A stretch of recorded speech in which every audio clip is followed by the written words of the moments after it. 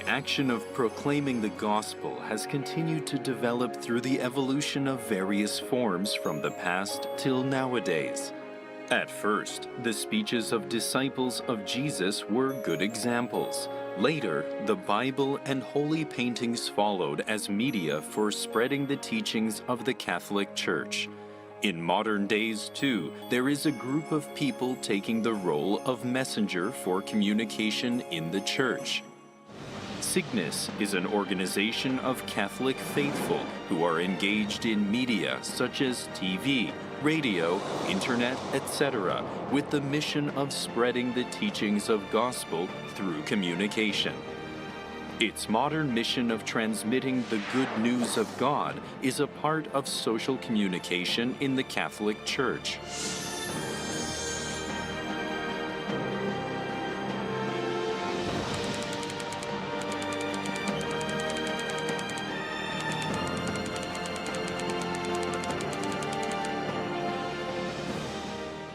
In August 2014, Pope Francis made a pastoral visit to Korea, the first papal visit since that of Saint Pope John Paul II 25 years ago. His 5-day visit, which brought the gift of healing of souls to the Korean people through many overwhelming and moving moments, got the spotlight of global attention. During his visit, Pope Francis readily stood with the vulnerable people of society, comforting them by holding their hands. His touching journey and its footprints, filled with the spirit of love, were represented by various media organizations, of which SIGNIS Korea is an active group. SIGNIS Korea means Catholic Association for Communication in Korea, which is the community of Catholic faithful working in the field of communication as journalists or broadcasters. Before the beginning of SIGNIS, UNDA, the name of the previous organization of Catholic communicators from about 140 countries around the world, was officially endorsed by the Vatican in 1927. Since its start in 2001, SIGNIS Korea has continued to grow. Currently, it has about 600 members. Members of the Catholic Employees Club of MBC, one of the major broadcasting companies in Korea, hold monthly Mass at their workplace, giving time voluntarily for this in addition to their regular broadcasting work as employees of the company. This is part of their effort to achieve SIGNIS's important goal of meeting regularly to share God's Word with one another.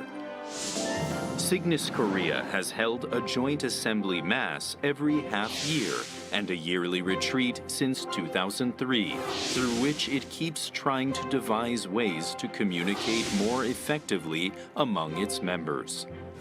In addition, SIGNIS Korea is practicing a joyful companion relationship with the Catholic Journalism and Press Association in Korea, working together toward the common goal of spreading gospel, overcoming the difference of medium, namely vision and paper. Good examples of such efforts include the Catholic Journalists School and a joint pilgrimage to the holy places of Korean martyr saints.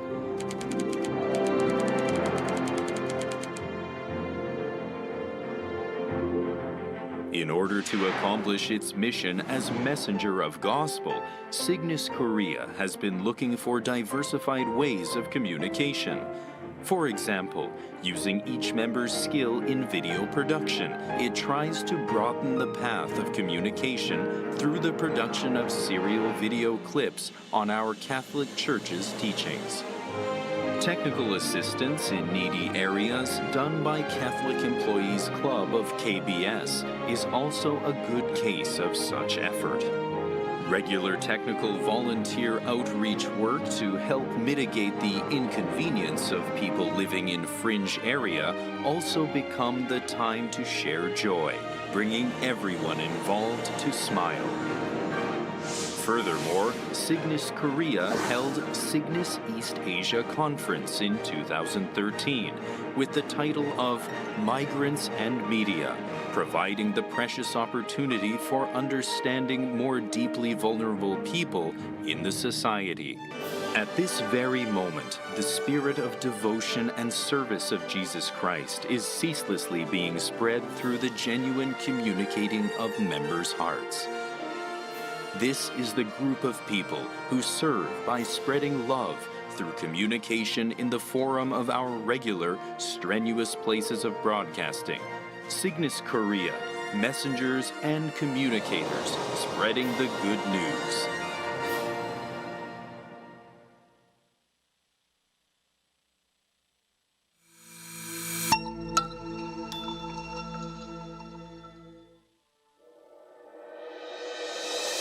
Have you heard of the miracle of Hangang?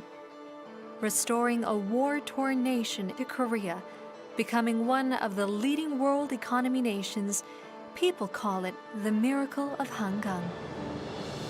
Korea is also called the country of K-pop, BTS, the country of Parasite, one of the leading countries of the world's culture. SIGNIS Korea has been in charge of taking care of the ever-changing media of Korea, and by doing so, planting God's peace in the world. SIGNIS Korea represents Korea's Catholic media and its belief in violence-free, peace-oriented martyrdom roots. Over 100 years of persecutions and blood-stained scenes. These people only believed in proving their belief and faith and choosing God. At last, they finally received the freedom of religion through peace. The Korean Catholic Church built a foundation off of nothing. Also, the Korean Catholic Church has done a lot for bringing peace and freedom to Korea. 237 years of the Korean Catholic Church, a history of martyrdom and devotion. Now, SIGNIS Korea will create a new history.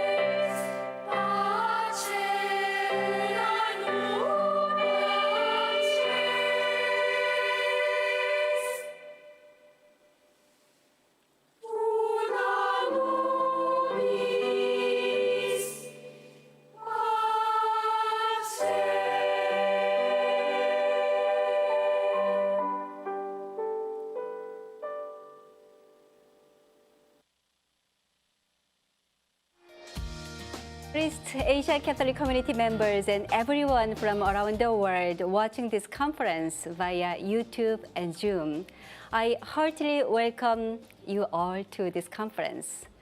I am Anna Jihyun Yu, communication professional and media personality. I am your host for this conference that started on May 12th, ends today. How was the music? How beautiful the boys and girls' voice. The song Dona Nobis Pacem, Give Us Peace. That was a song by CPBC Boys and Girls Choir, belong to CPBC. The Korean costume the boys and girls were wearing, hanbok, is just so beautiful as their voices. For the 3 days of this conference, we have addressed the theme under the bridge over the pandemic, invitation to a new Catholic communication.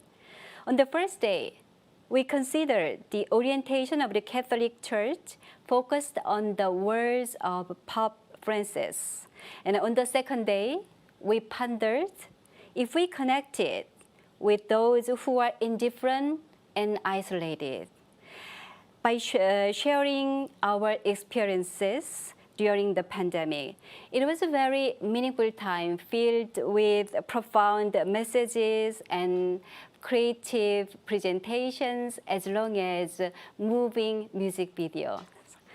During the past 2 days, we have been blessed to be inspired by many wonderful speakers and also their supporting to this conference, such as His Eminence Cardinal Antonio Tagle, and also he is the Minister of the Congregation for the Evangelization of Peoples, and His Eminence Muangbo, Charles Muangbo, the Archbishop of Yangon, Myanmar, along with His Eminence Cardinal Andrew Yum, Archdiocese of Seoul, and also Ms. Helen Osman, the President of SIGNIS World, and many other speakers.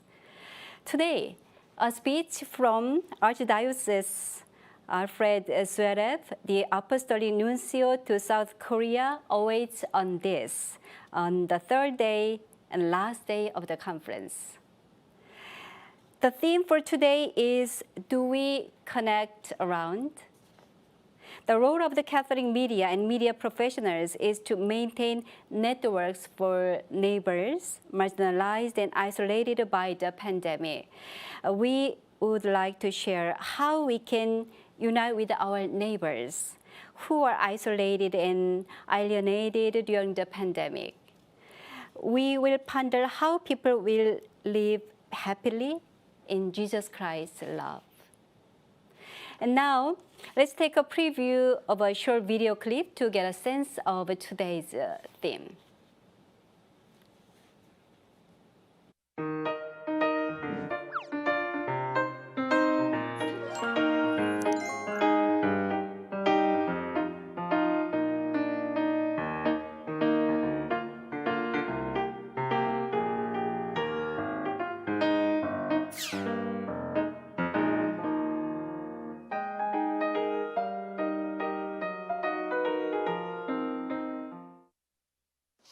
Desideriamo essere ascoltati?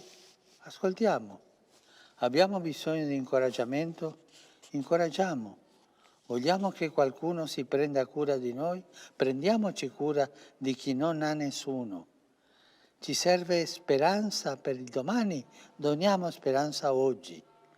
Oggi assistiamo a una tragica carestia della speranza. Because of COVID-19, the world faced socioeconomic, ecological, and political crisis.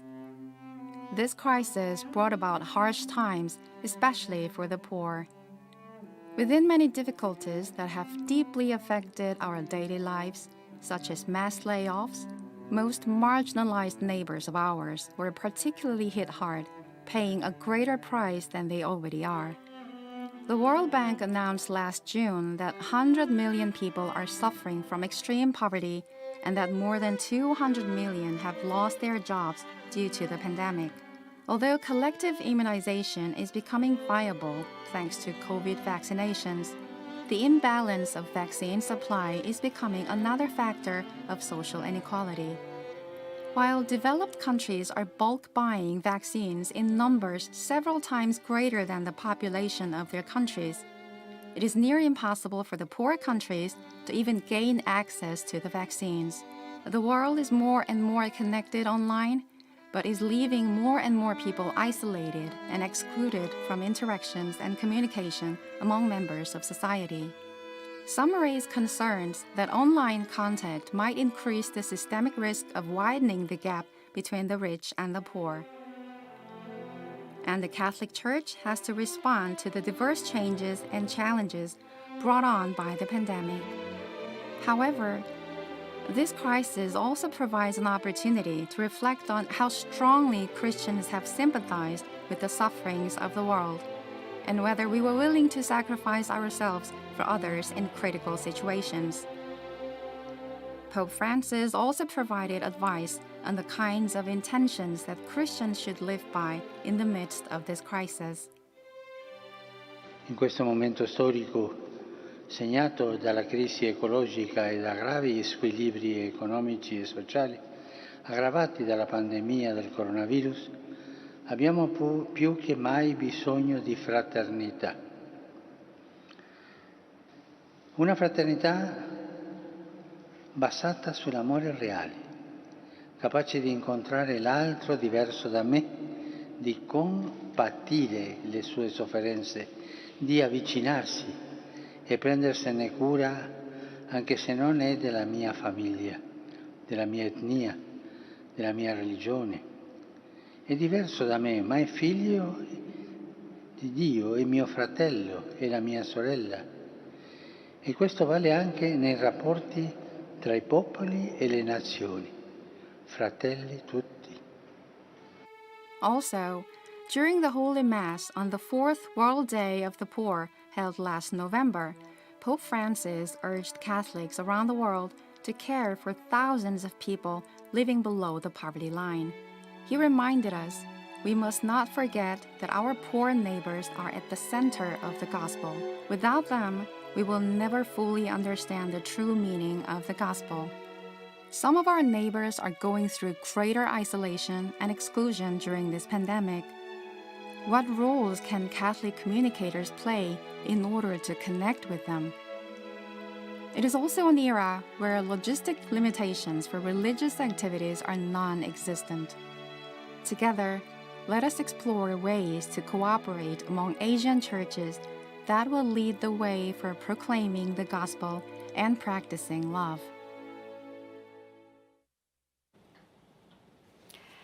Yes, Pope's message says to us again, we have to look around our neighbors.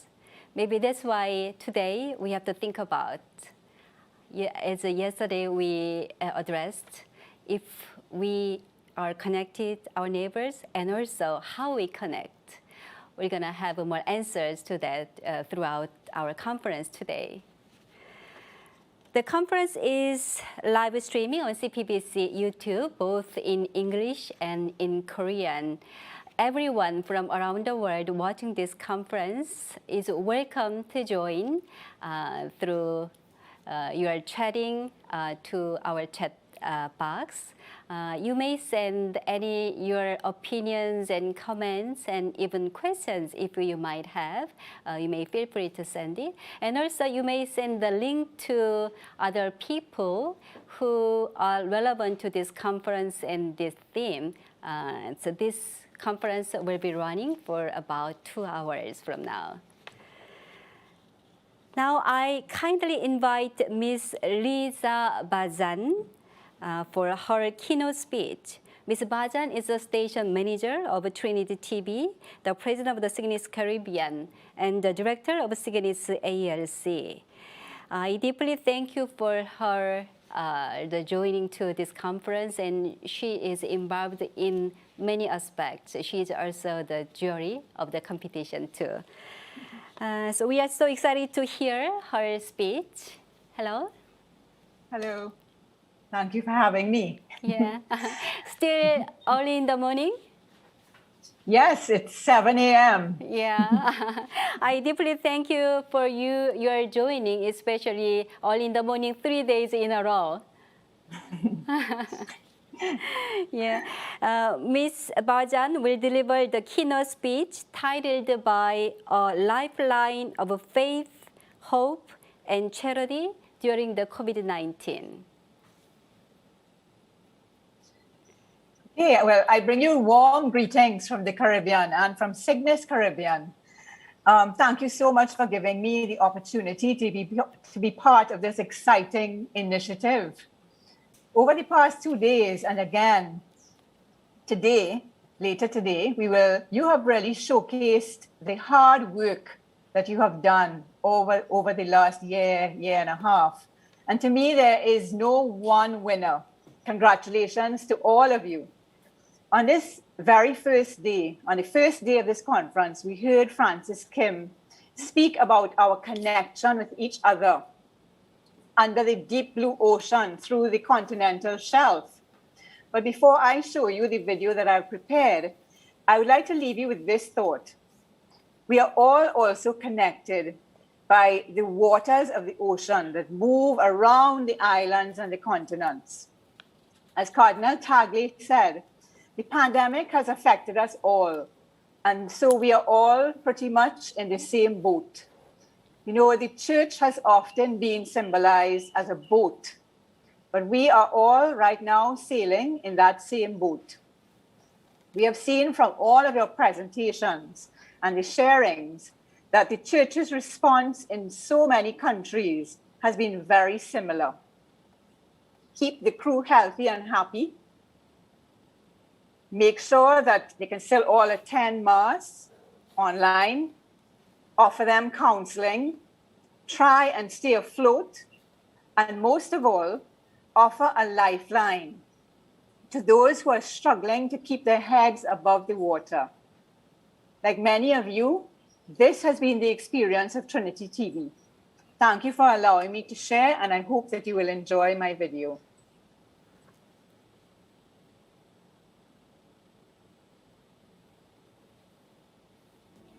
Most people, when they hear about the Caribbean, think paradise, white sandy beaches, sunshine and music. There's the famous reggae music from Jamaica. But those typical calypso steel band rhythms that people always associate with the Caribbean, which you probably are imagining that you're hearing in the background right now, well, that originated right here in Trinidad.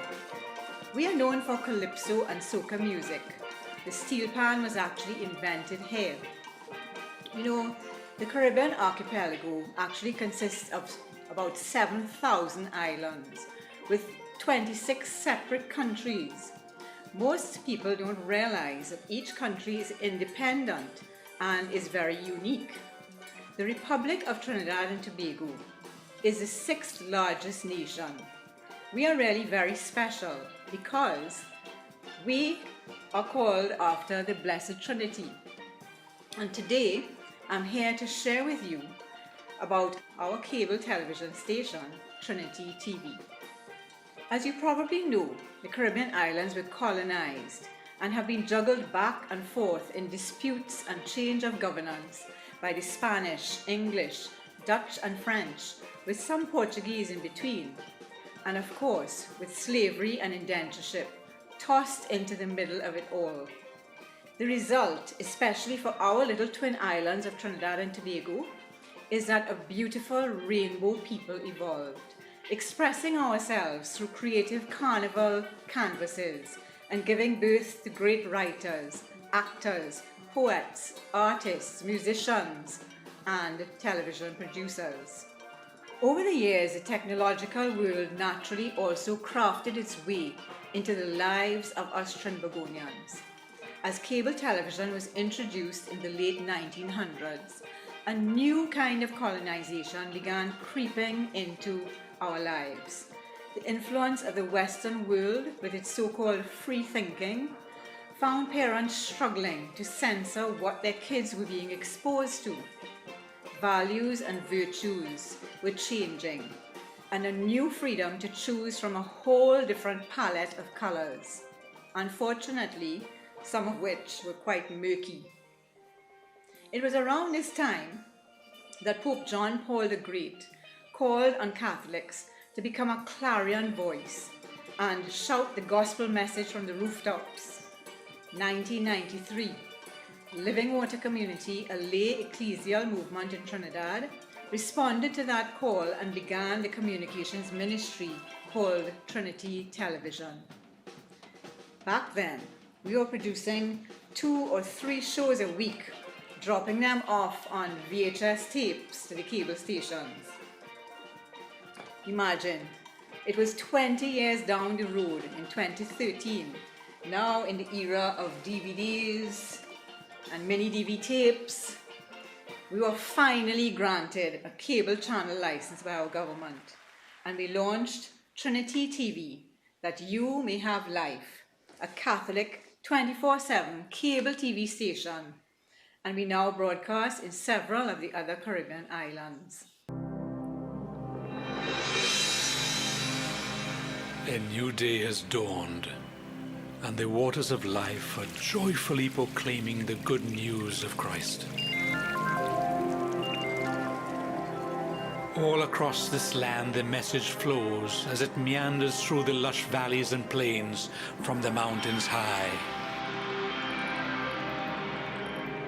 This is Trinity TV, part of the Trinity Communication Network. Trinity TV, celebrating live daily and Sunday masses from the Living Water Community Chapel. Programs on spirituality, social justice issues, youth challenges, and enriching family life. Programs from around the world, the Americas, Europe, Africa, and Asia.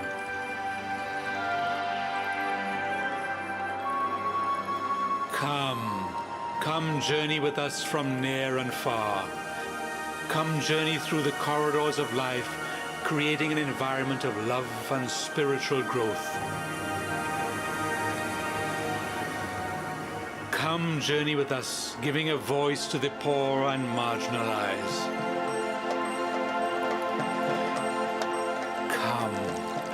Come journey with us, and let the waters of life fill you with good news. Trinity TV, that you may have life.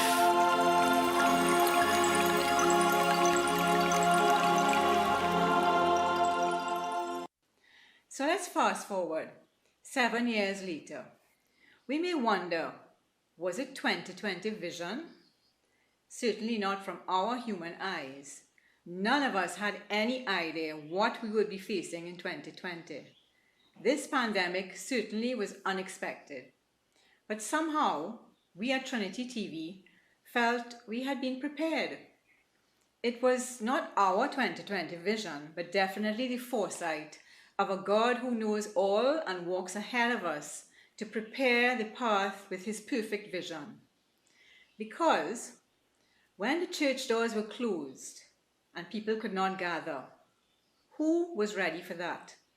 Well, in a way, Trinity TV was.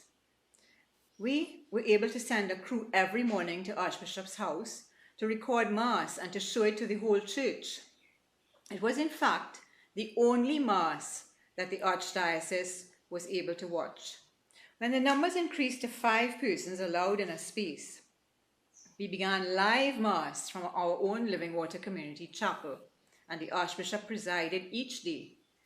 We had already converted the chapel into a media-friendly space with robotic cameras installed, and we were already streaming to our website, onto Facebook, and so on. So everything was already in place. Daily Mass was on our website, and the Archbishop was able to shepherd his flock through the desert of Lent and Holy Week, and to bring hope in the resurrection of Easter.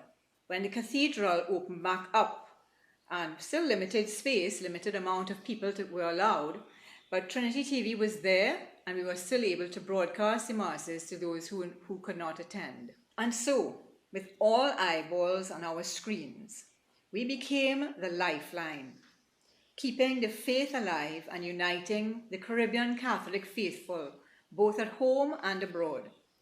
During the crucial lockdown period when the parishes were all closed, parish priests began to feel very disconnected from their parishioners.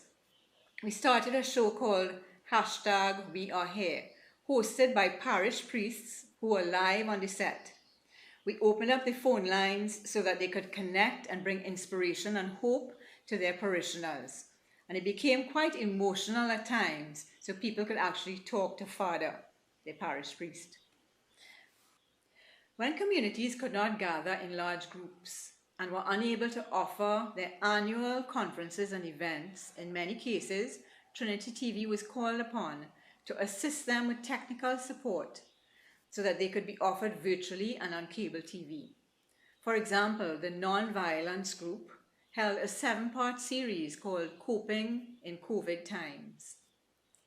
Now that we have experienced an entire year or more of dealing with virtual seminars, it may seem commonplace, but in the beginning, for many in the church, it was very daunting. It still is for some.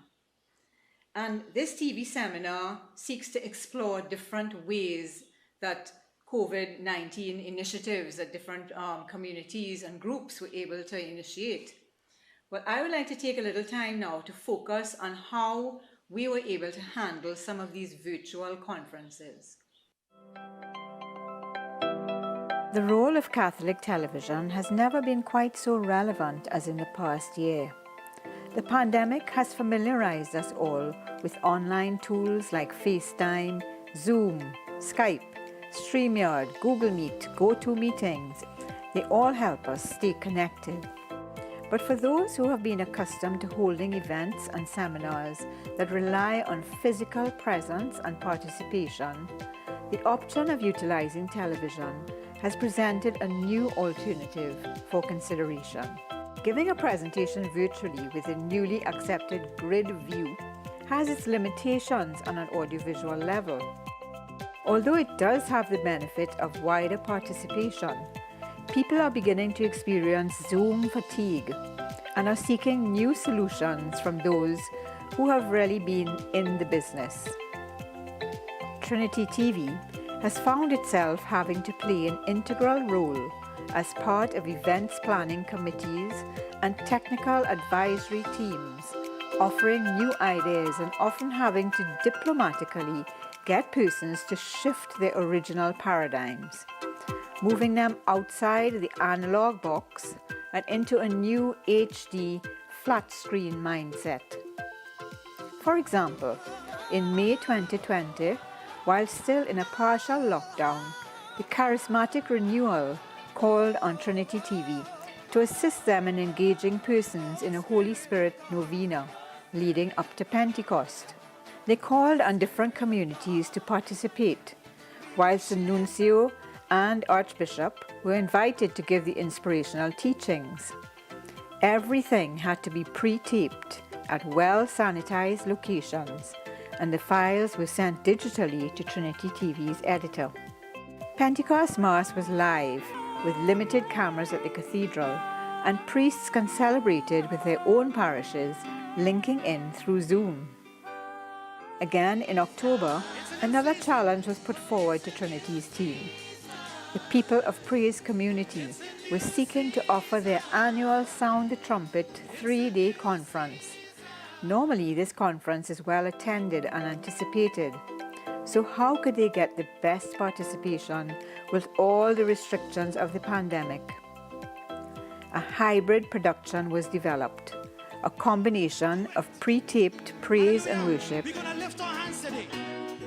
live hosting from Trinity TV's studio, and private Zoom breakout groups for pre-registered workshops. Encouraged by the success of its conference, this same community produced a Gospelipso concert. Even though Carnival 2021 was cancelled, the talented members of this group were still given the opportunity to perform their calypso, soca and raga compositions. It was pre-taped, edited and broadcast on Trinity TV's network.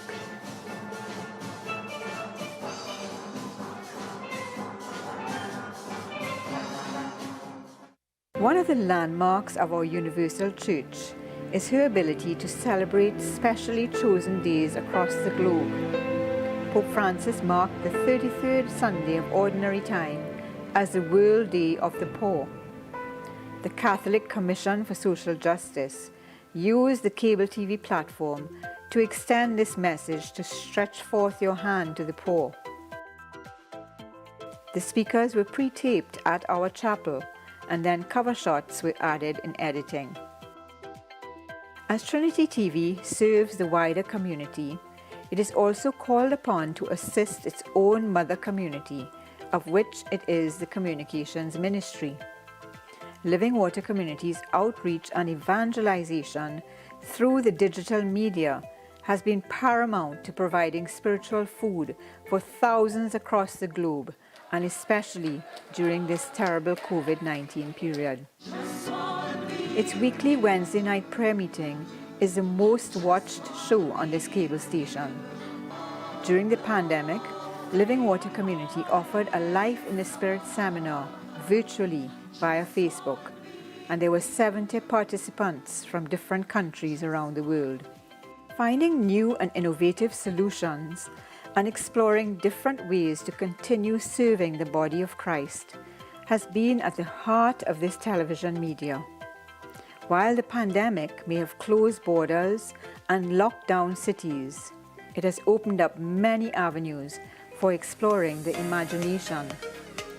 There is no limit to creative video and television production ideas.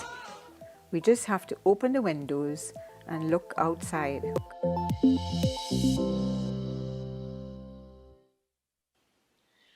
Trinity TV is a ministry of Living Water Community, which is a non-profit organization. Over the years, we have been totally dependent on fundraising and on the generous support of sponsors and donors.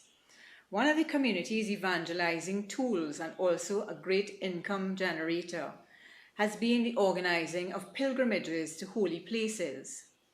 Well, since borders are closed, this has not been possible. However, some of the pilgrims over the years have taken some really beautiful photos of these holy spaces.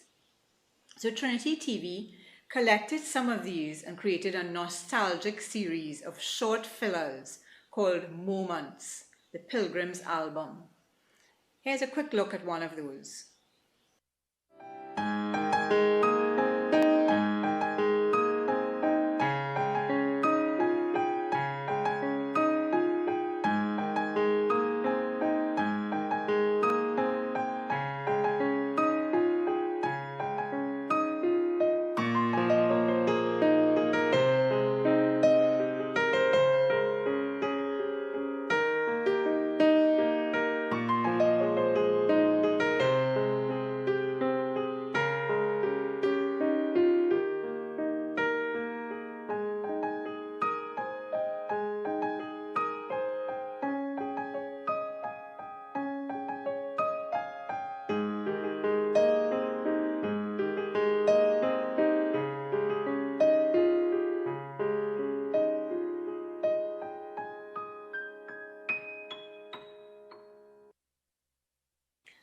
Every year, we hold a week-long Trinity Telethon, which assists in sustaining our ministry financially. We would usually start with a 6-hour huge live concert with back-to-back performances and an audience in our big hall. But with COVID restraints, we had to find a new way to hold this important fundraiser so that our ministry could stay alive.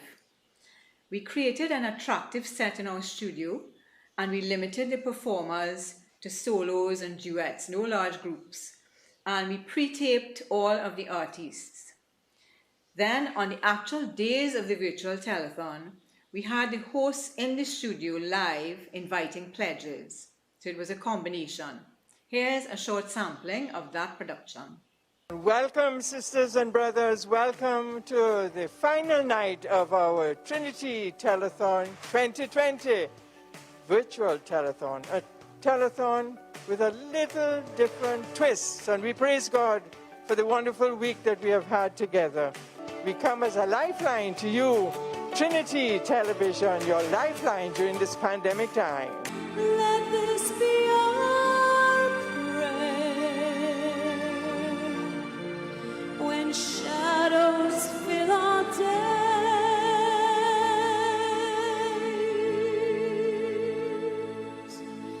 Lead us to a place, guide us with your grace, give us faith so we'll be saved.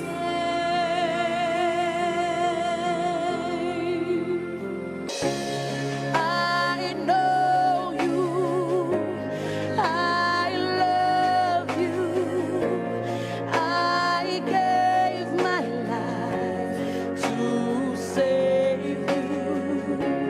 Love paid the price for mercy. My verdict, not guilty. You are symphony. By your side, we are unity. You are my energy, my guiding light. We are unity.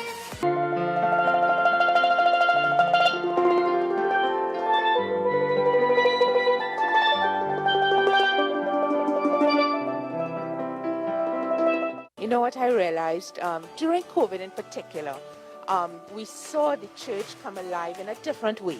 You know, so we weren't able to congregate, but we had the church come alive with distribution of food, etc. And Trinity TV showed us that as well. You know, That's right. came to us and gave us what we were missing physically, but gave us what we needed spiritually. Praise God, isn't that beautiful?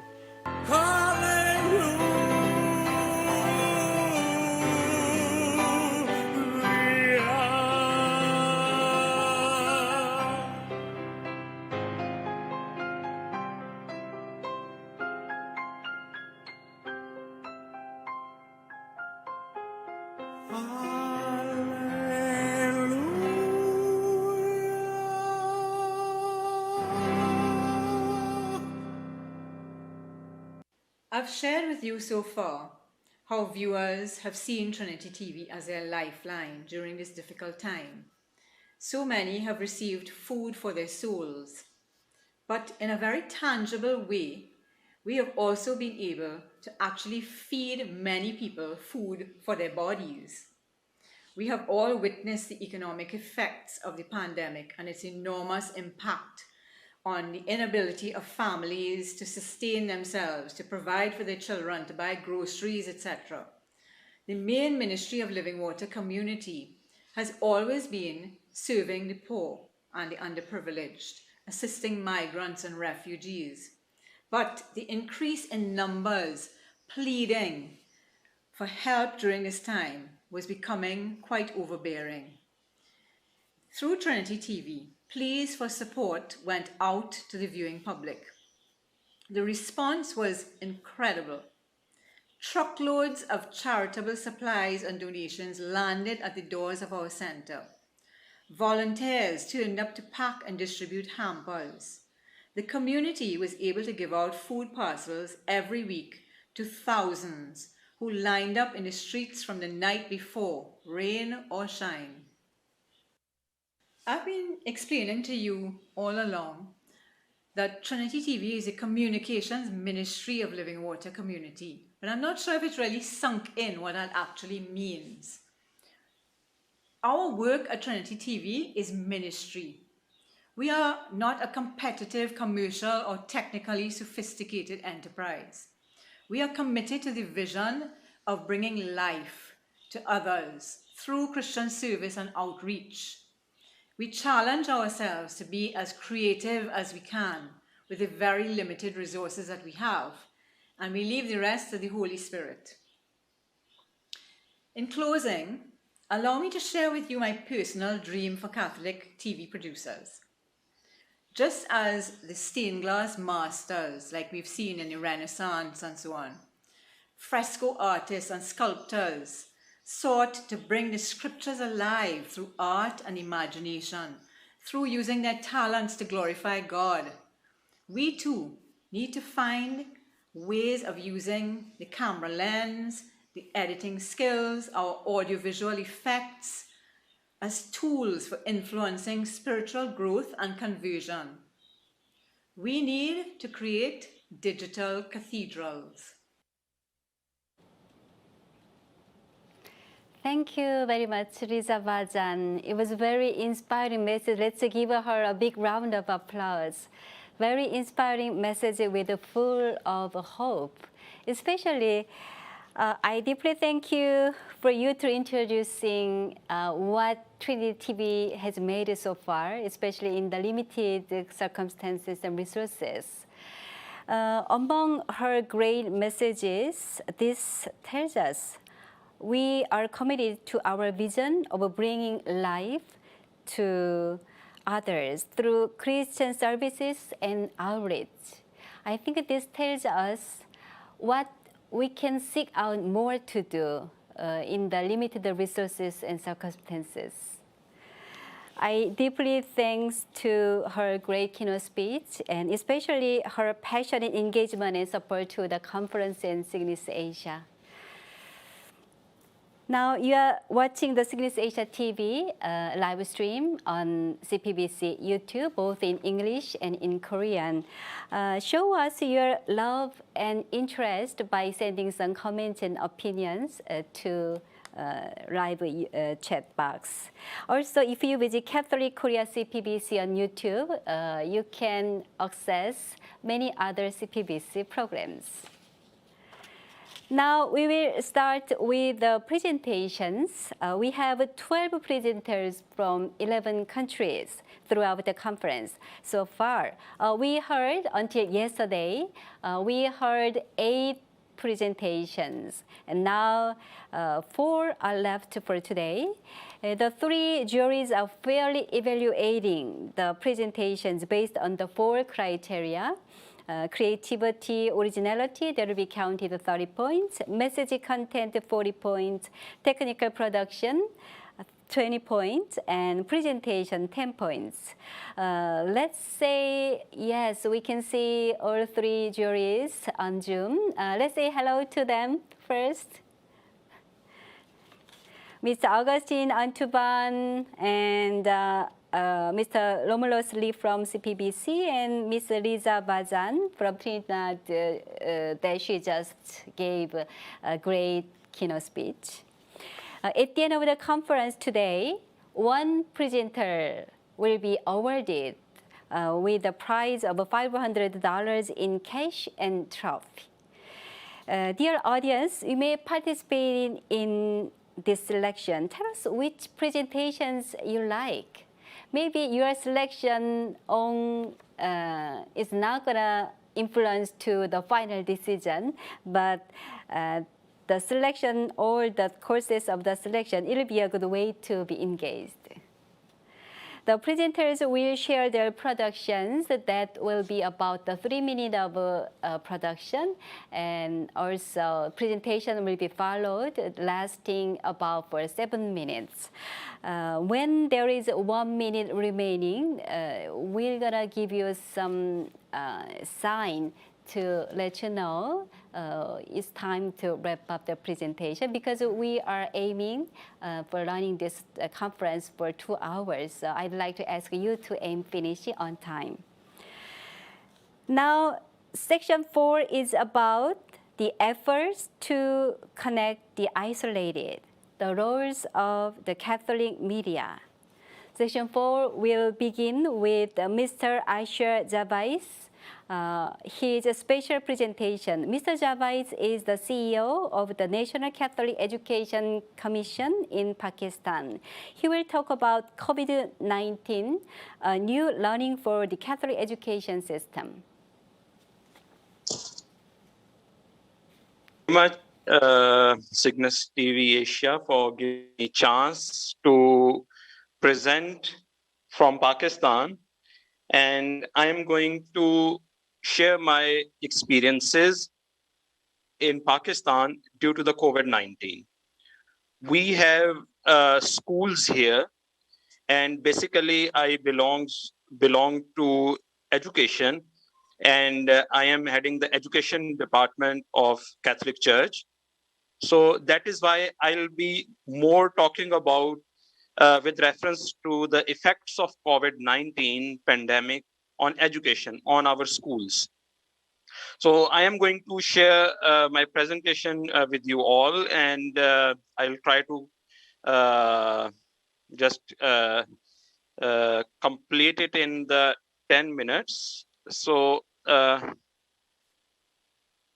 have to share my screen for my presentation.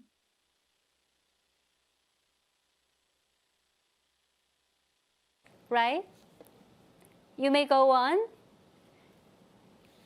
You Yeah, may go on yeah. your presentation. Okay.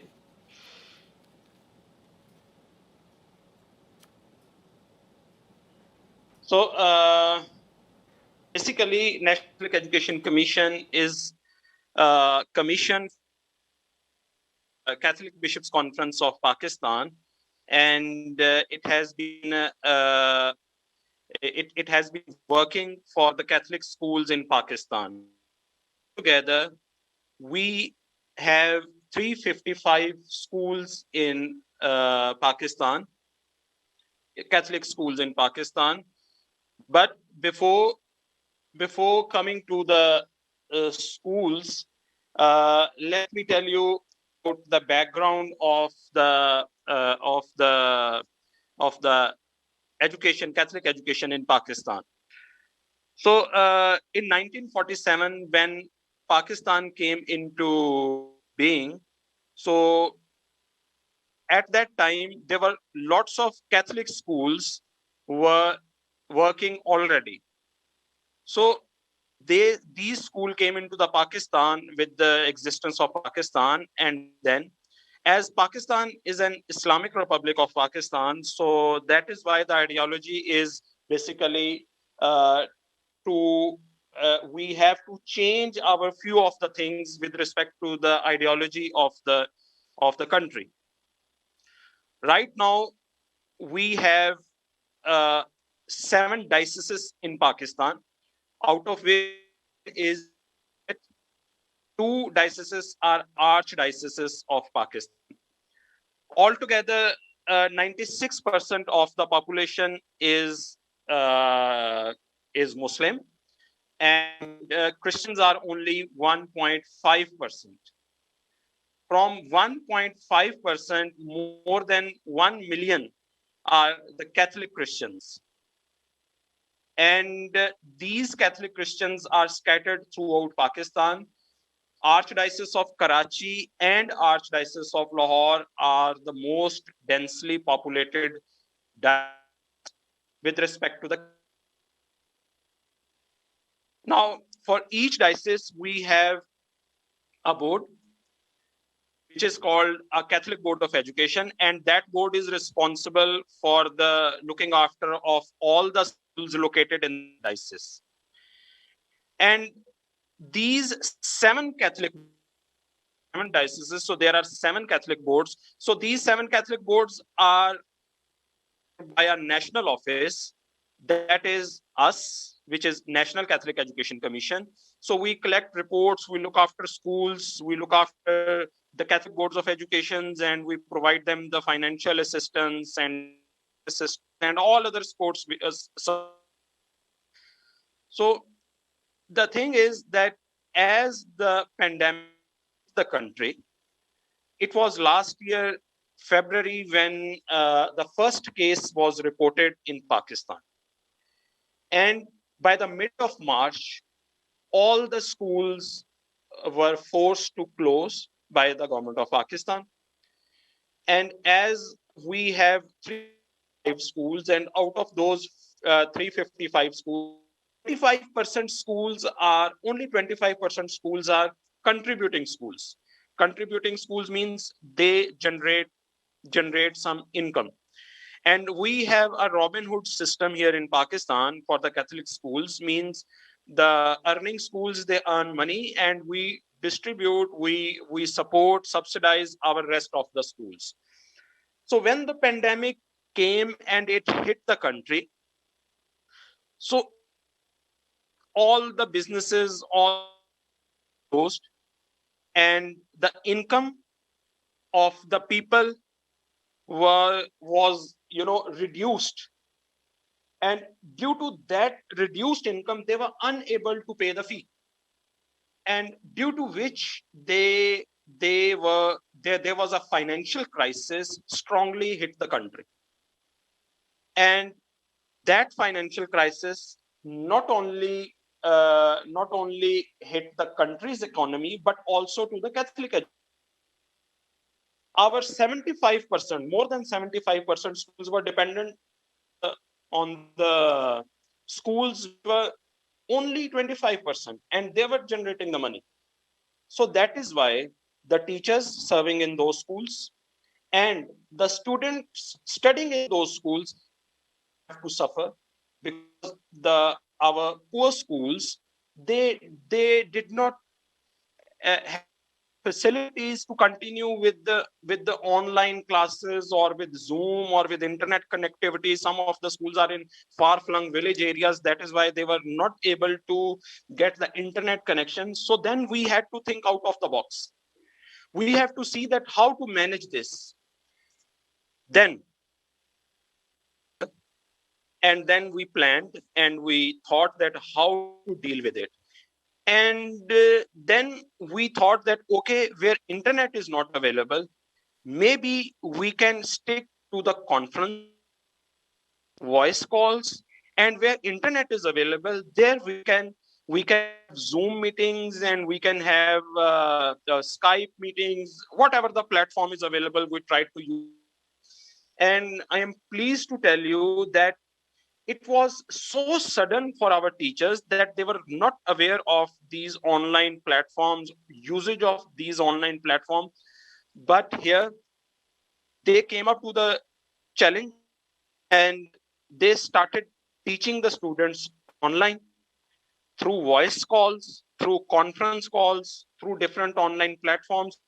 And throughout, in all the dioceses, Catholic schools are teaching, and the students, they are studying through online classes or through voice calls, or already told that where the online facility is not available, the students are called in person in limited numbers close to the school, in church premises, or in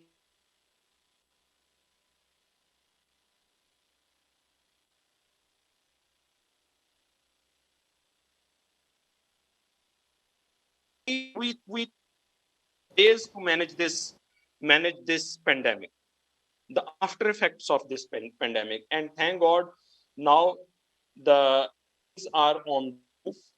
Schools are still closed, and due to the pandemic, still it is thought that by 23rd of May the school will not be opened by the government. But we have another platforms, alternative platforms to be used for the education system. And the other thing is that for us it was a totally new thing, and teachers, they were not used to of these online classes and use of these online platforms, but they adapted very well to paradigm shift. Now they are happily using all this, and now we are in a process, because this has given us an idea. So we are in a process to generate an LMS for our schools. LMS means learning management systems. Through that system, the teachers, the students, they can share their teaching and learning with each other. And then the other thing is that we are trying to shift all our processes, school processes, to the online platforms. So sometimes, we can call it a blessing in disguise, because, with this pandemic, the after effects are very bad. The schools are suffering, but it has forced us to think beyond the boxes, think out of the box for alternate approaches for the team. And now, the with these alternative approaches, when the schools will be open, hopefully, because the vaccination is government is providing vaccination to all, and we are positively thinking that by June the vaccination will be started in the schools 12 years above. So with the opening of schools, now we have, along with face-to-face classes, we will have so many other opportunities, that there will be option for the teachers and for the students. And I believe that we will be able to do more effective work in education, because now we have different approaches on our hand. Previously, it was only face to face, but now we have online and other different things on our hand. Then the most important thing which I want to share here, that during this pandemic, we have to think for the training of our teachers as well, because teachers were the main force behind all this exercise. So what we did, we arranged special classes, online classes for our teachers. And those classes were through different online platforms. Teachers, initially, it was very difficult for them, because it was, as they used to of it, now they are very comfortable all this challenges. There are places when we face the connectivities, but all these challenges, we are moving ahead.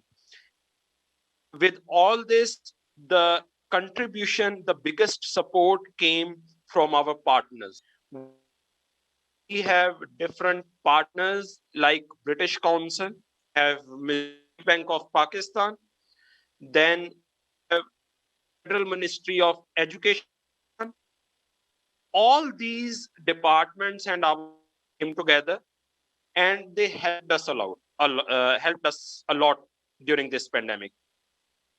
Of Pakistan, they recognized our efforts. Our efforts, and they involved us, and they invited us to formulate the new curriculum for the. So now, I am proudly sharing with you all that National Catholic Education Commission of Pakistan, the teachers, they are involved in the curriculum formation. We are designing curriculum along with government for our students. So these are the success which we, in spite of the COVID, in spite of the pandemic, we were able, not easy, thinking for all of this. Then we thought that maybe it is an end, but thank God to our bishops conference. They were at our back, and they supported us a lot, and they encouraged us. So these are few of the things we wanted here. I requested Kim that I won't be joining as a competitor, but I would be happily share the successes of Catholic education in Pakistan, because I feel that with these successes, and with these strategies, out of box thinking, we can achieve a lot. So this is all from my side. And thank you very much, the team of SIGNIS Asia, that you provided me the chance that I may share the success of our Catholic education system with you all here. Thank you very much. Vice, your presentation about COVID-19, new learning for the Catholic education system. I think, as Mr. Aisha Jabais stated, especially the majority is Muslims in Pakistan. That's why I think the role of Catholic and media communication is even more critical in Pakistan. In that regard, especially the new educational system and strategy from the Catholic community is very important. And I feel so sorry your great PowerPoint work is not supportive today. So you made a great job on your PowerPoint, but I feel sorry that we couldn't share. But still, among your great messages, the new system and the strategy from the Pakistan Catholic community in terms of the educational system, we could fully understand, and I wish you the best of the luck to your educational system. Thank you so much. And next up is Mr. Paulo Antonio Barba Bedionet, the President and CEO of the EI2 Technology Corporation from the Philippines. Mr. Bedionet will talk about learning continuity during the pandemic using television and online platforms as a medium for video lessons. It all started with one simple vision. We have television in cases where there is no connectivity and printed materials may not be available immediately, and this would be television. The nationwide search for teacher broadcasters was immediately put into motion. And 4,000 teachers from all over the Philippines heeded the call. Manood, makinig, at matuto sa Asignaturang Filipino. Ako ang inyong nanay guro, Kinenjoy Herbacio Salazar. Ako si Sir Carlo, ang teacher for Illinois, nakabarkada mo na, kalakbay mo pa. 197 teacher broadcasters were selected nationwide.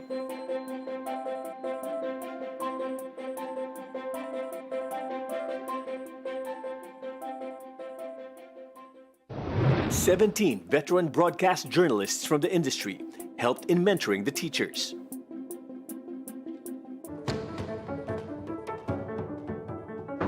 The Department of Education targets to produce 520 episodes a month across 13 grade levels. Ako si Teacher Levin, ang inyong guro sa kindergarten.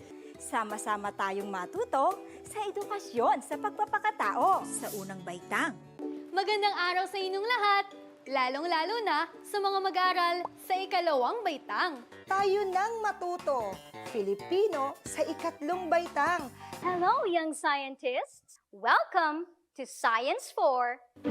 Kumusta mga mag-aaral ng baitang 5? Hello, grade 6. I am Ma'am Con, your grade 7 science teacher. Narito ang Filipino sa baitang 8, ang panitikang pambansa. Allow me to guide you in learning the different skills and concepts in Mathematics 9. Magandang wika at maalab na panitikan muli sa ating lahat, grade 10. This is Teacher Rev, your grade 11 math teacher, your guide to an exciting and amazing math venture. This segment is for grade 12 students who are studying physical science.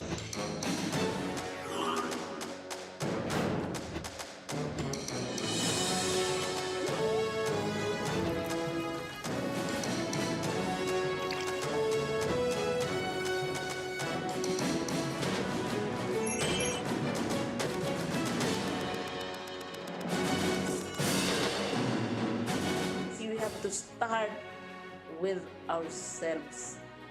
There is life beyond modules. There is death at radio. There is death at TV.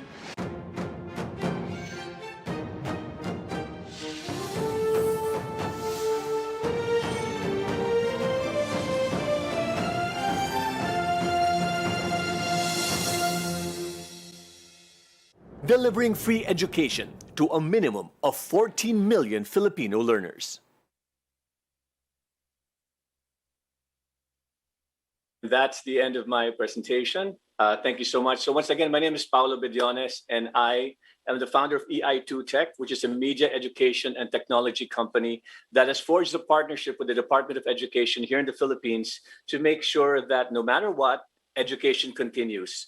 As you saw in the video, the first part showed the Department of Education Secretary, Leonor Magtolias Briones, talking to the President of the Philippines and saying that face-to-face classes will not continue.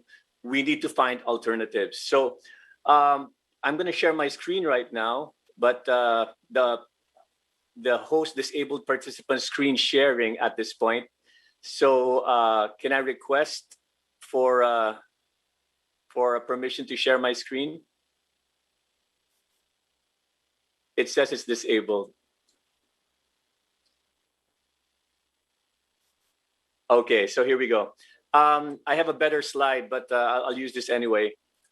So how and when did the idea of DepEd TV come about? As you can see, face-to-face classes were not allowed.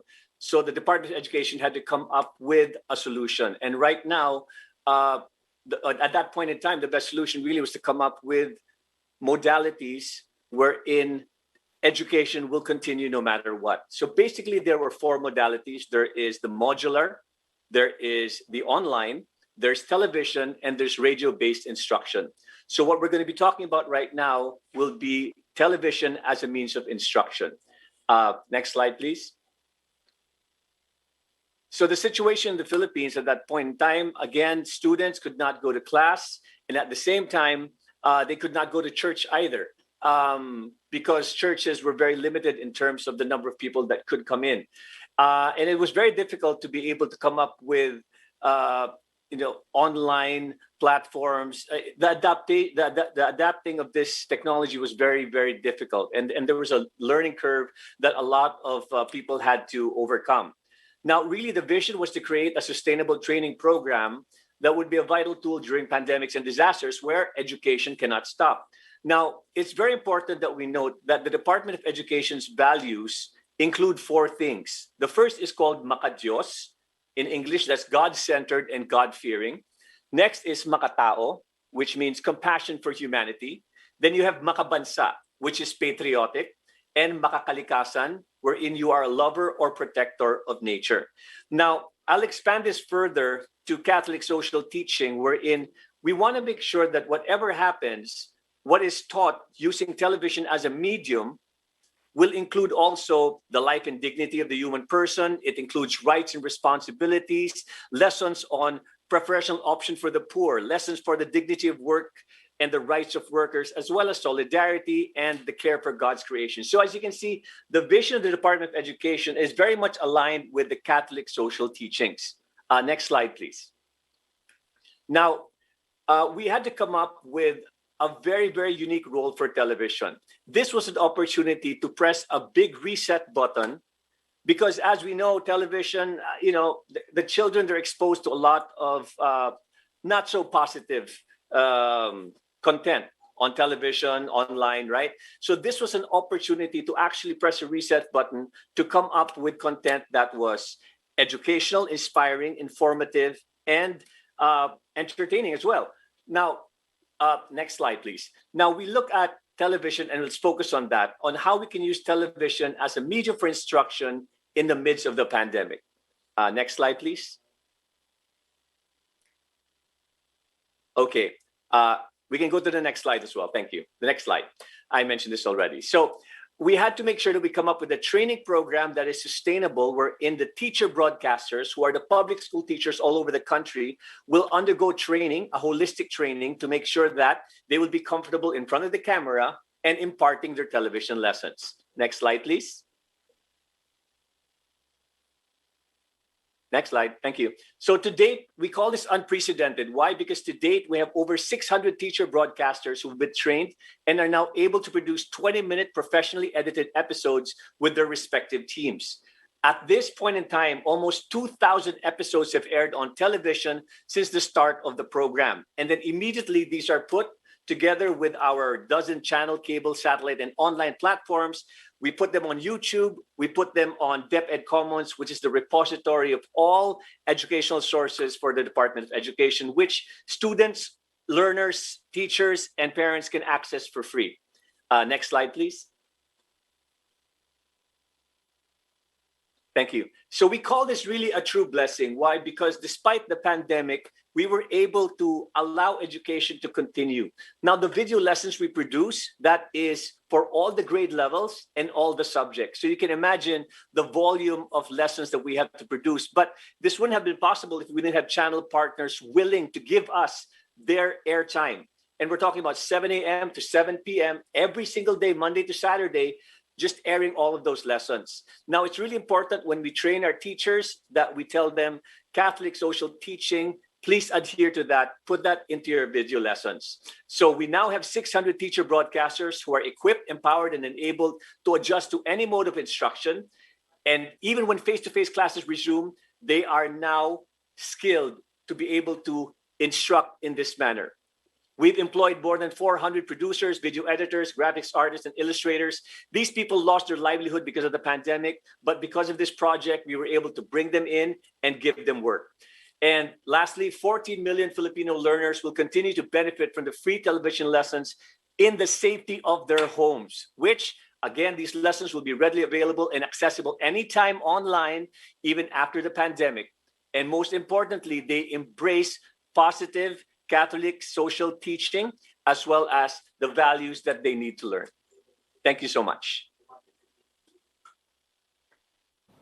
Thank you, Mr. Paulo Antonio Barba Benediones. Actually, Mr. Benediones is the last competitor of our competition. So dear audience and jury, think about what he has done right and better, or if his presentation is your preference, think about that. He talked about learning continuity during the pandemic using television and online platforms as a medium for video lessons. Among many of his messages, I like this.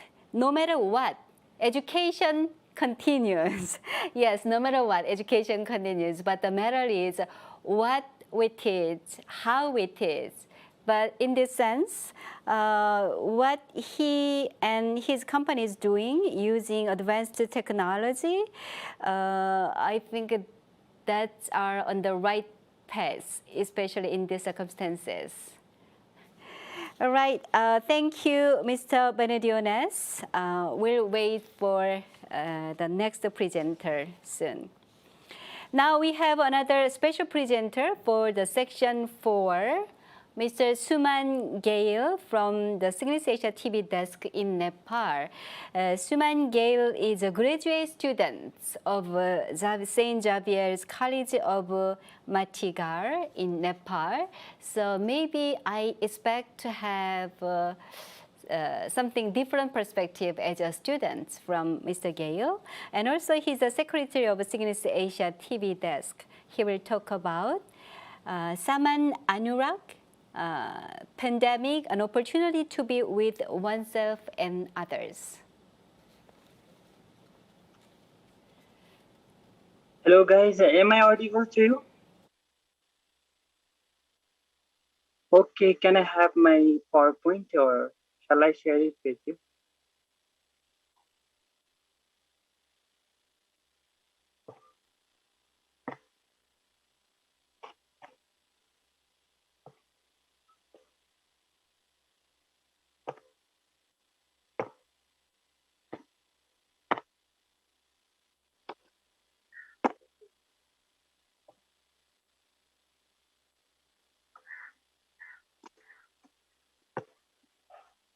Yeah, you may start your subject. Yeah, shall I have my PPT slides or I'm trying to share? Okay, I will share them. Okay.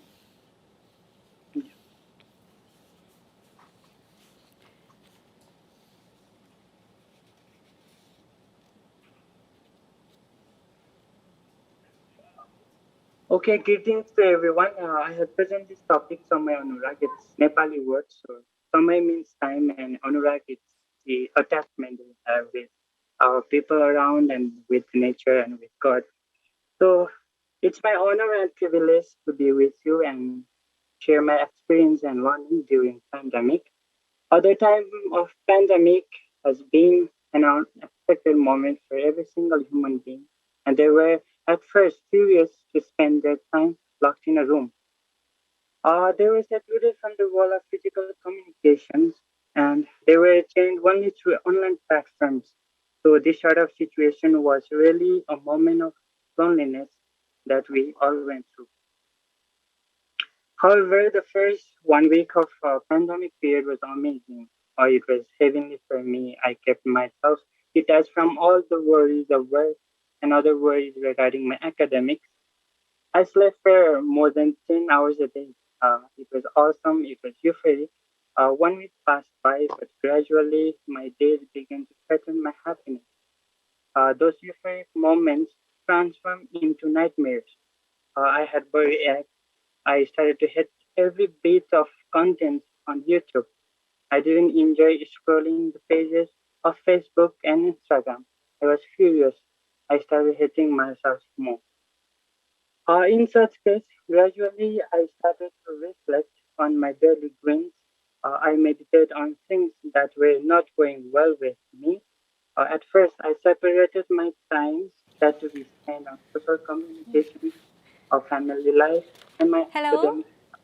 Hello? Hello, Suman? Yes? Suman, your PowerPoint, it looks great, but I'd like to hear more clearly. So would you please just speak a little bit louder? Okay. Thank you for your cooperation. Yeah, please just speak a little bit louder. Okay. Okay, am I loud enough now? Not that better. So, yeah, would you please just speak louder? Sorry, I am having some issues with my speaker. Let me just check once.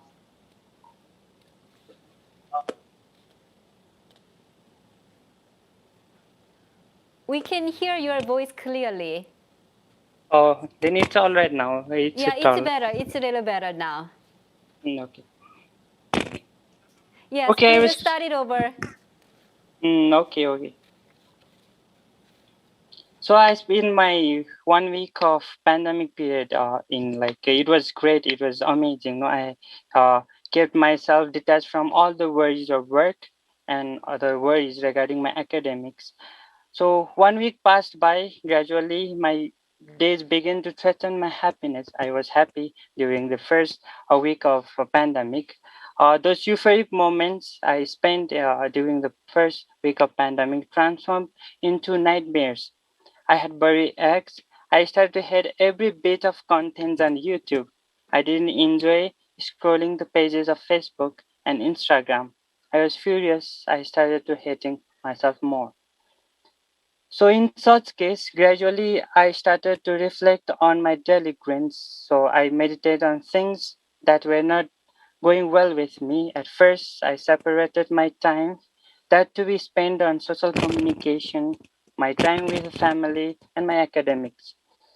When I shifted my moments in various activities, I started to enjoy doing my work, so I found things more beautiful than ever. On the other hand, social distancing were also striking people's mind.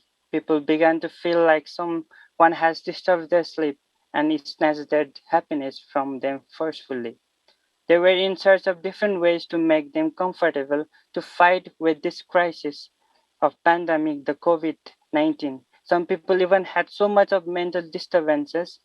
Instant news on COVID crisis in social media platforms struck the minds of people, which forced the government of Nepal to ban some of the news agencies from publishing a daily news on COVID crisis.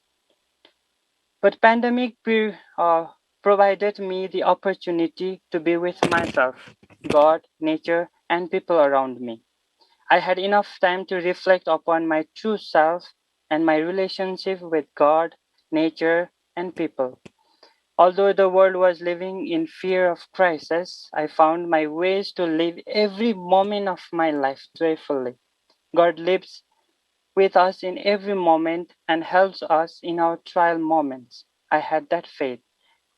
The moment I started to live with myself, I found a space to be real me and entangle my embodied self with others. I got to know more of me, which generated my self love and love for others. Human minds are preoccupied with various thoughts and worries regarding their future, their study, and their family. They do not have time for themselves. They do not have time to sit for a while and sneer at the grandeurs of God. God has made this universe so beautiful and filled this earth with so much of good things, but people do not have time to sit for a while and show their gratitude towards God, our creator.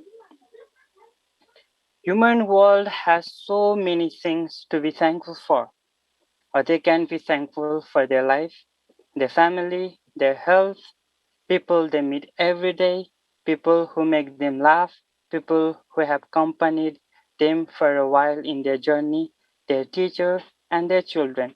They have many reasons to be thankful for. There are bad things happening around, but more importantly, there are thousands and millions of good things happening every day. The air you breathe, water you drink, food you eat, parents you smile at, and children you laugh at with make us all social beings. Our society keeps us all connected with one another. So whatever comes, we all should live for one another. Difficult moments are there only to make you alive, only to strengthen you and your minds to accept the happy moments that await you behind those walls of darkened night. The bright daylight awaits you to guard your day. With this belief, I live my every moment with full ecstasy. There were moments when I felt downcasted. I lost my hope, but stood again and faced the challenges. I do not say that I had only good moments during the pandemics. I also went through difficult times. I lived the moments of loneliness, but in every moment of hardship, I saw an opportunity to be more me. I saw a light that guided me through those tough times. At the end, I was like, oh, yeah, I did it. I have come this far. Pandemic happened to be a time for me to reflect upon myself, my real self. I got to know more of me. I had enough time to explore the horizons of this new me. Nature gives us hope in our times of despair. When everything seems not to work in our favor, nature does. It embraces us with love and cares for our needs. In my times of despair and loneliness, nature stood for me. I lay down on its lap to forget my painful moments. One day I was conversating with my grandpa. I was in the village, so he's a simple man. He looks after the cattle. I grew up with him. I was always inspired by his words and the way of his living.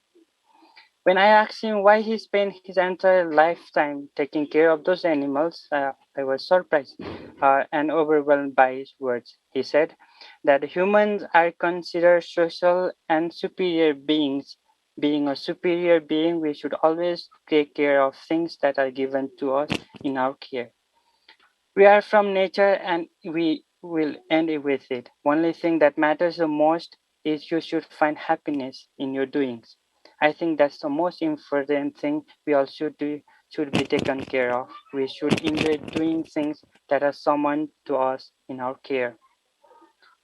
Most of us think digital world is our only and ultimate dream that fosters our future, but it should not be one and ultimate dream to give our everything for it. Your relationship with your family should always be strengthened. People you live with, people you share your happiness and worries with, should always be in your prayer list. If you cannot make your family happy with your presence, only thing will be left for you is despair and hope.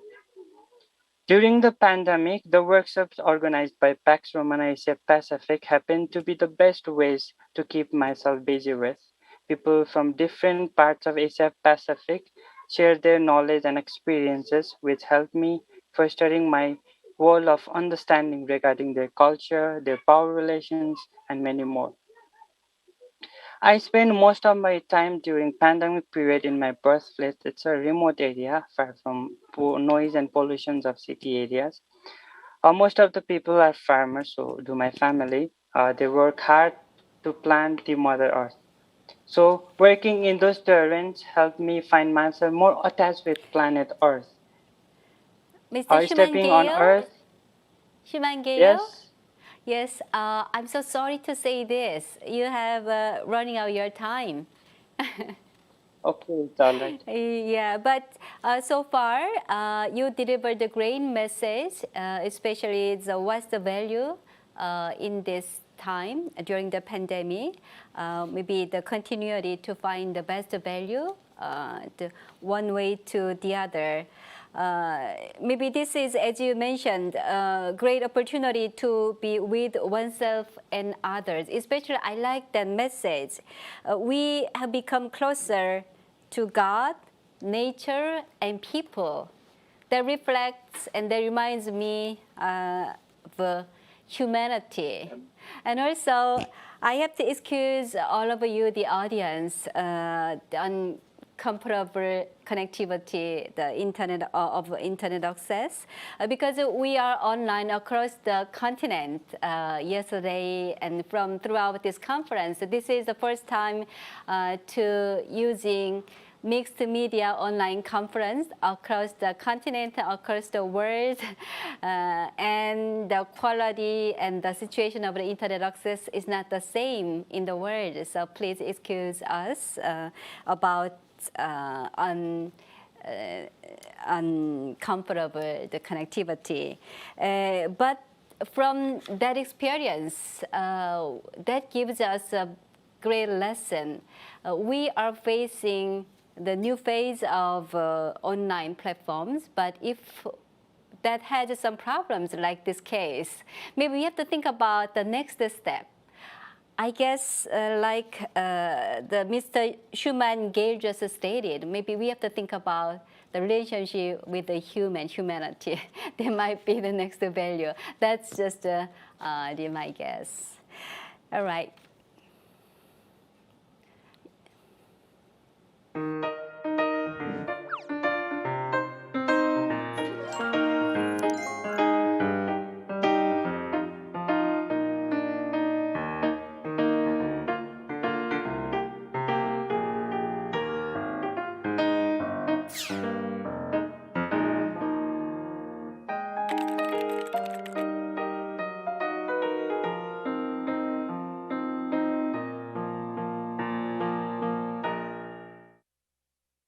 பூவெல்லாம் மாலைகளாகும் ஓ ஓ, ஓ, ஓ, ஜெயித்தால் நம் தோள்களில் ஆடும்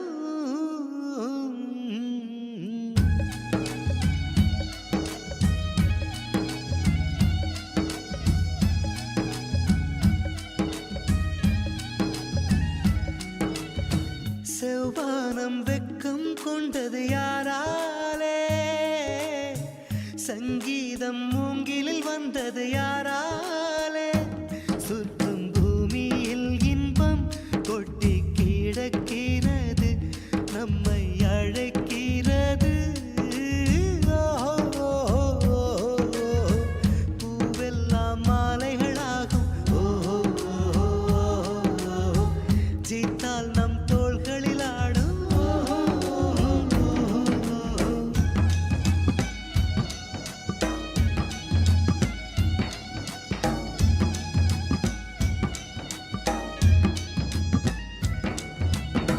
வானகம் தூரம் இல்லை வங்கக்கடல் ஆழம் இல்லை நம்பிக்கை வைப்போம் இந்த வாழ்விலே சூரியனை வட்டம் இட்டு தன்னை தானே சுற்றும் பூமி நம்மை சுற்றி வருமே அந்த வானிலே புது சந்தோஷம் எங்கே புது சங்கீதம் எங்கே அது நம்பிக்கை வாழும் நெஞ்சில் தானடா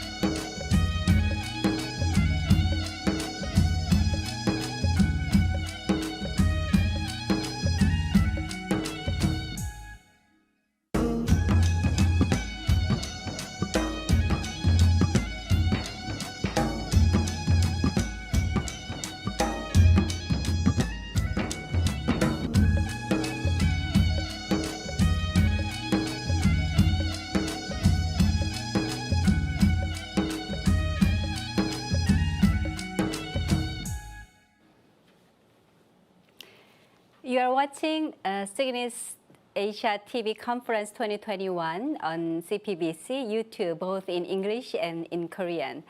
How was the music video?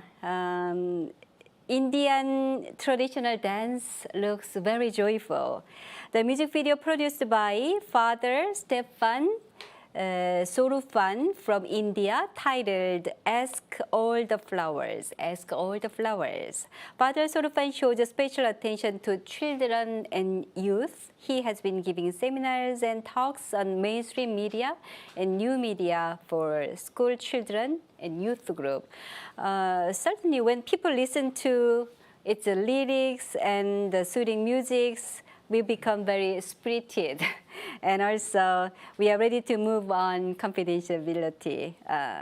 And also, he presented the concept and song in a freestyle format because he thinks that will be appealing for all types of audiences. It's very thoughtful.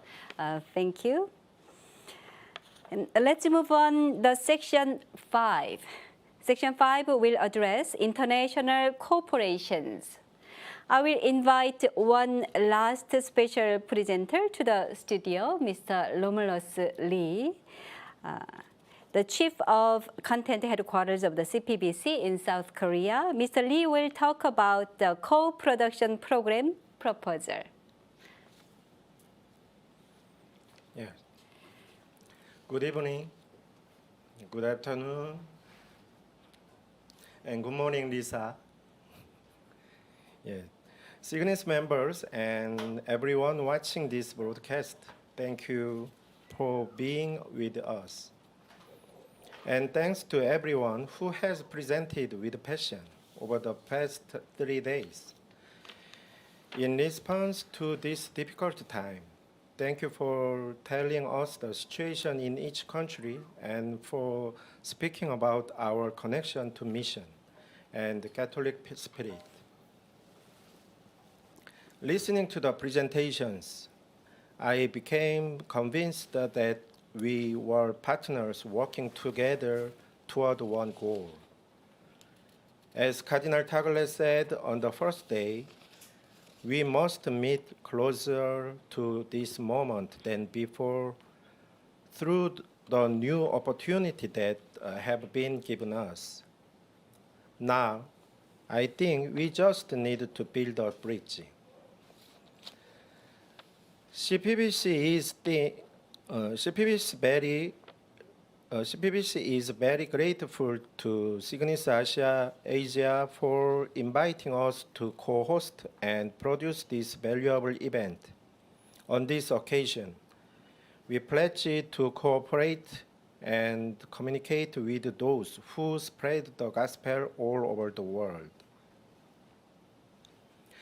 Pope Francis quotes a Gospel of John in the message of His Holiness for the 2021 World Communication Day.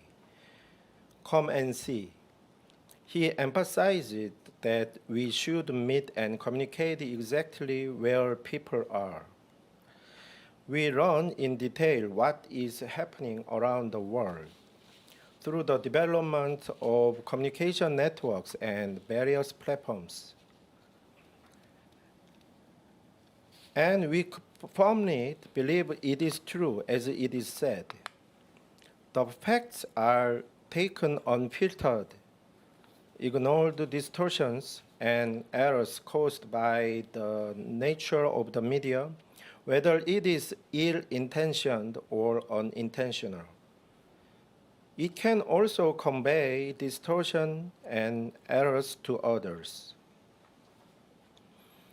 In his speech, the Pope points out that in communications, nothing can ever completely replace seeing things in person, noting that disciples who accepted Jesus' invitation and did come and see made the gospel widespread in the world.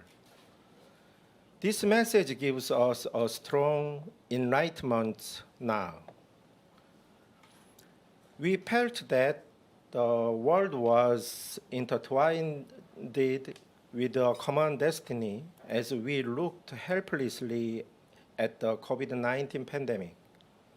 We realized that we have no choice but to influence each other and reflected on ourselves. We also realized that the disconnection of international exchanges made our lives poor and difficult.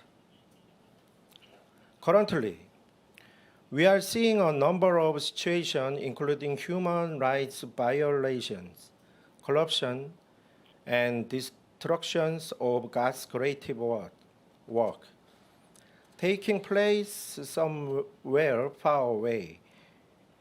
Through reports, but it is not easy to see them in person. It is difficult to check by the sending a correspondent or taking the camera directly to the field. It is hard to feel how much pain it is just by listening to foreign media saying that many people are oppressed and killed every day in Myanmar, and that many countries, including India, are suffering from COVID-19. There will be no disagreement that seeing and communicating in person is the most accurate and best way is convey meaning. Now, I would like to make a suggestion as a result of the 3-day conversation on the subject. Are we connected? Do we connect around? Through this conference, we confirmed that we are connected to each other, heading for the same purpose. Now, we have to connect around us. My suggestion is an attempt to confirm our solidarity and community by sharing the story that we have turned our eyes to the local field. SIGNIS Asia TV members, let's gather the stories we met in each country. I have no photos of others. I'm sorry. Through this work, we will be able to create content that can understand and talk about each other's lives and beliefs and harmonize with each other. It won't be easy, but I hope we don't get greedy and achieve what we can. My temporary title is Here and Now Asia. Of course, we can decide on a better title together. We can share and talk about the following topics, for examples. Wisdom to overcome the COVID-19 pandemic we face. The church holding the hand of the isolated. Efforts of each country to implement Laudato Si. Sharing vaccines constantly emphasized by the Pope. Prayer movement being attempted all over the world, and introduce and share Catholic culture in each country, and so on. Our solidarity will be gathered and accumulated, and we will be able to hold various events together in the future. A good example would be a marathon rosary prayer led by the Pontifical Council for the Promotion of the New Evangelization, held at 30 Marian shrines around the world in May. Until we get used to this, we can first produce a program in July. After that, we can produce it once a month. Like this conference, CPBC is become a broadcasting station and connected to Zoom and broadcast on TV and YouTube, and it can be released through your own channels. When we get used to our collaboration, various countries can take turns in the roles. Based on this project, I hope that the Asian Catholic TV network will be strongly connected later. First of all, the members of SIGNIS Asia TV who want to participate would like to form a planning team, select a topic, and produce a program together. Of course, we need a follow-up discussion on this proposal, but if you agree, we will form a planning team by the end of May. In June, each country will produce a short video related to the theme. And in July, we will make our first program. Of course, the default language is English.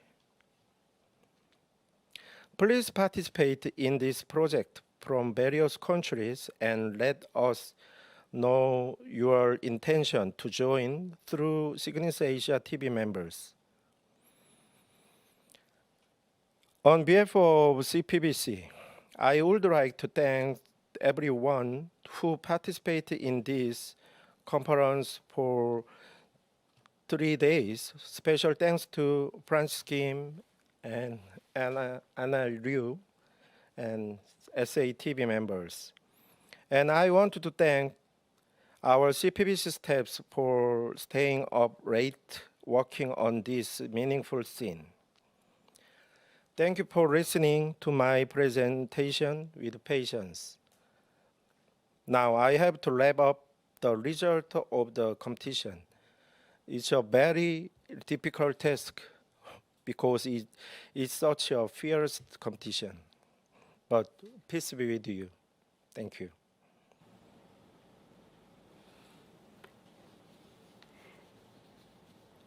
Thank you, Mr. Romulus Lee. It was a great speech and great suggestion, especially your new suggestion, the co-production program proposal. It sounds a very promising vision, yes.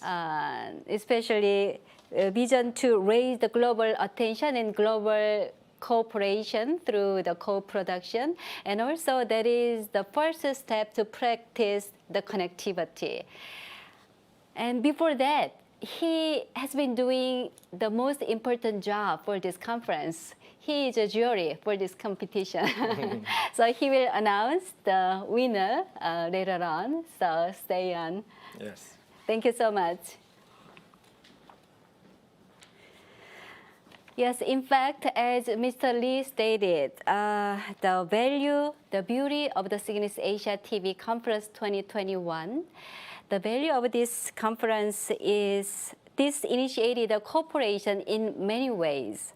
First of all, between the layered associations and cooperation of each country across the region and across the world, and also between media, TV network, and SIGNIS. So this is the beginning of our cooperation all over the world. So thank you for joining all to join this project.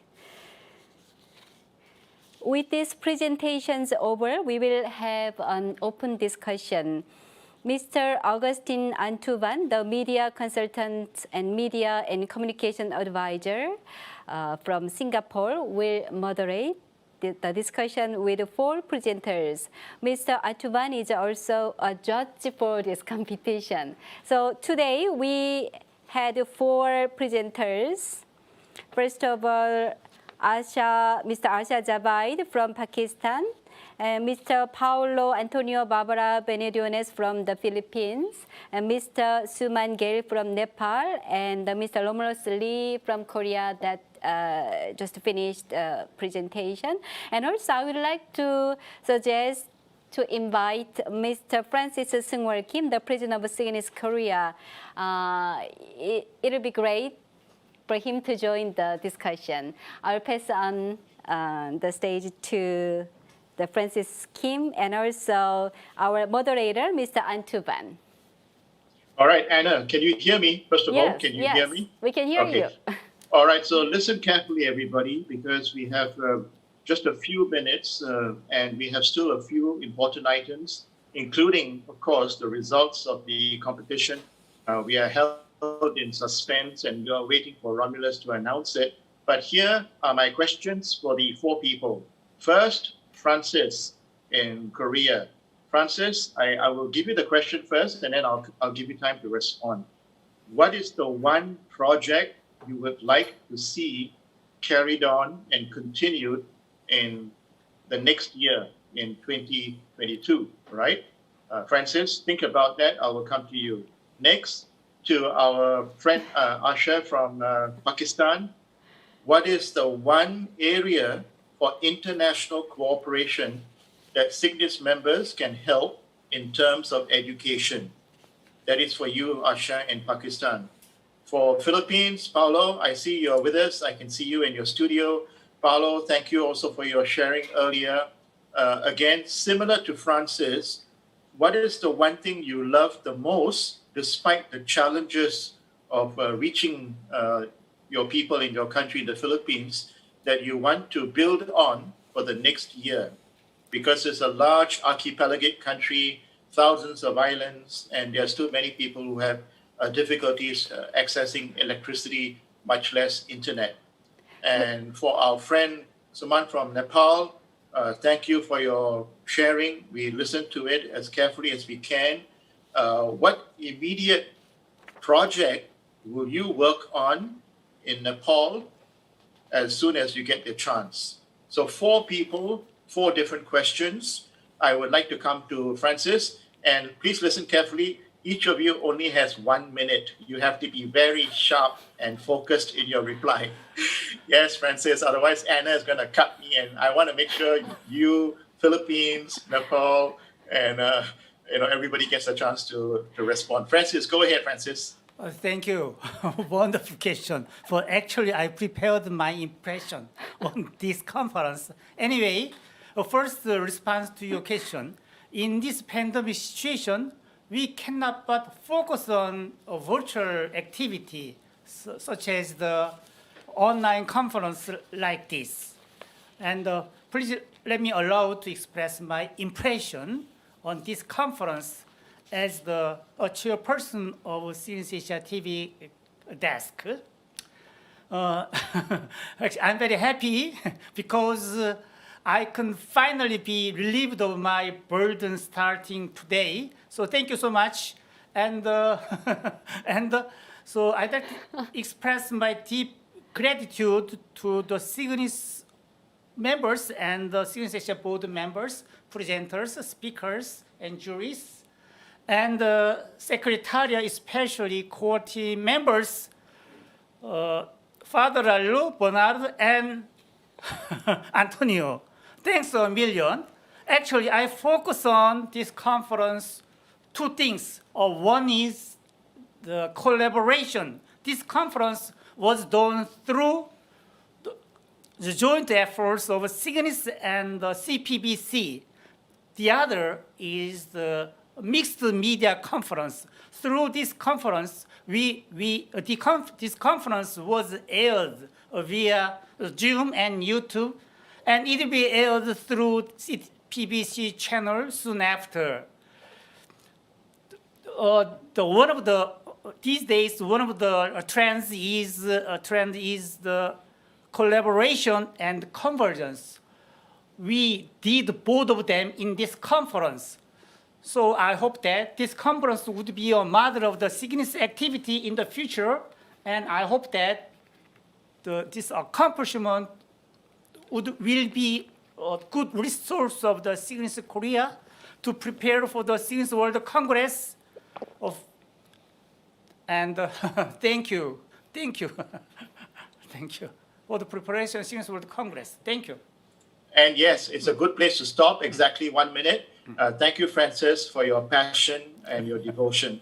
Next to the Philippines, and let's hear from Paulo. You heard my question. 1 minute, please. Go ahead, Paulo. Hi, thank you for the question. So yes, there are many challenges with our project, but what I love about it, despite all the challenges, is you see how the private sector and government work together in what we call in the Philippines bayanihan, which again is that spirit of community, that spirit of solidarity, wherein you have all of these sectors come together, including the learners, the teachers, the parents, and they all come and see that this project is really worthwhile. And it's basically a legacy project. It's something that you do it once now, and it'll be, for the next 10, 20 years, it can last because of technology. So right now what we're doing is we're trying to capitalize on technology and how we can use it to even further disseminate the kind of information. So as you can see, we've laid the groundwork, and as you lay the groundwork, you now have communication lines to all of the learners, especially, and then that's where you can start putting in the values in all of the lessons, so that as they watch, as they learn and their knowledge increases, their value system also is strengthened with that foundation. And that's really what kept us going despite all of the many, many challenges, from the financial challenges, logistical challenges, testing every single time.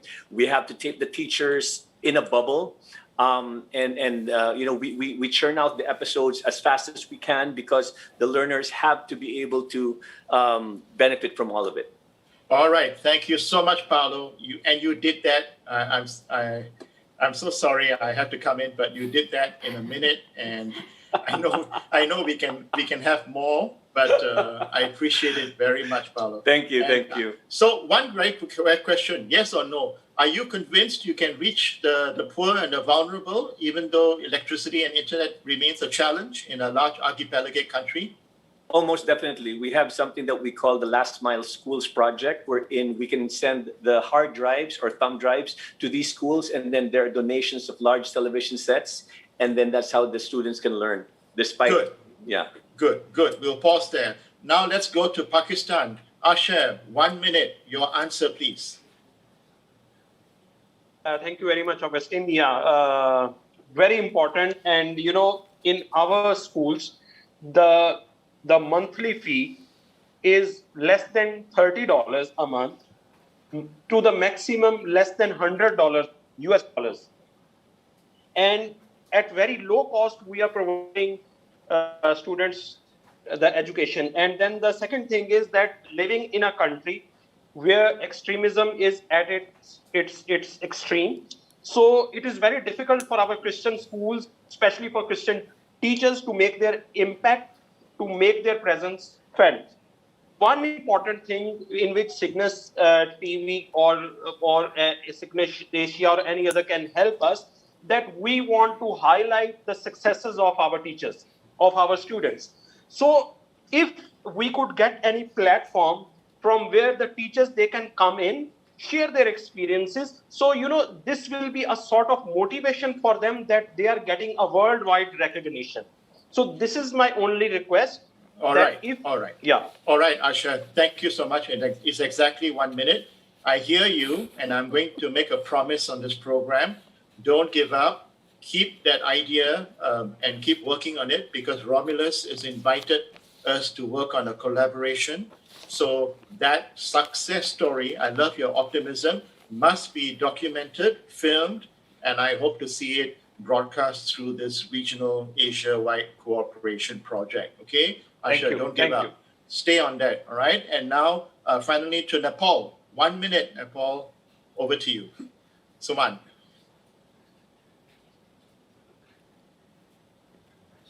Am I audible? Yes, go ahead.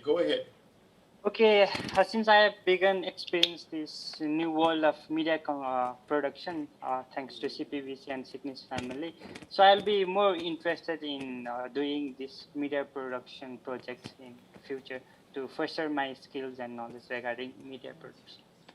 That's all for me. Okay, Suman, very good. And thank you for making it short, and you did it in 30 seconds. So make sure you keep to your promise, Suman. This whole thing is being recorded and the whole world is watching. But we are praying for you. We are praying for Asher as well, despite the difficult conditions that you are in. Thank you, Paolo, for being such an inspiration and talking about the private sector collaboration. And he doesn't seem worried about, electricity and internet and things like that. He's going to make this happen and push it all the way. And of course, Francis, collaboration. So very quickly, before I hand back to Anna, she's going to cut me off. Think about this virtual collaborative approach. That's what Francis said. Think positive. Look at the example of what is happening in the Philippines and the video that Paulo showed us. Remember the appeal from Asha. He wants to get his success story out to the world so the teachers can see that it is worthwhile doing and that they are not alone in this world. And finally, from Suman, a young person who obviously represents our future, he wants to go deeper into this. Let us find ways to help him. And with that, I wish I could say more, but I must respect the time and hand it back to you, Hannah.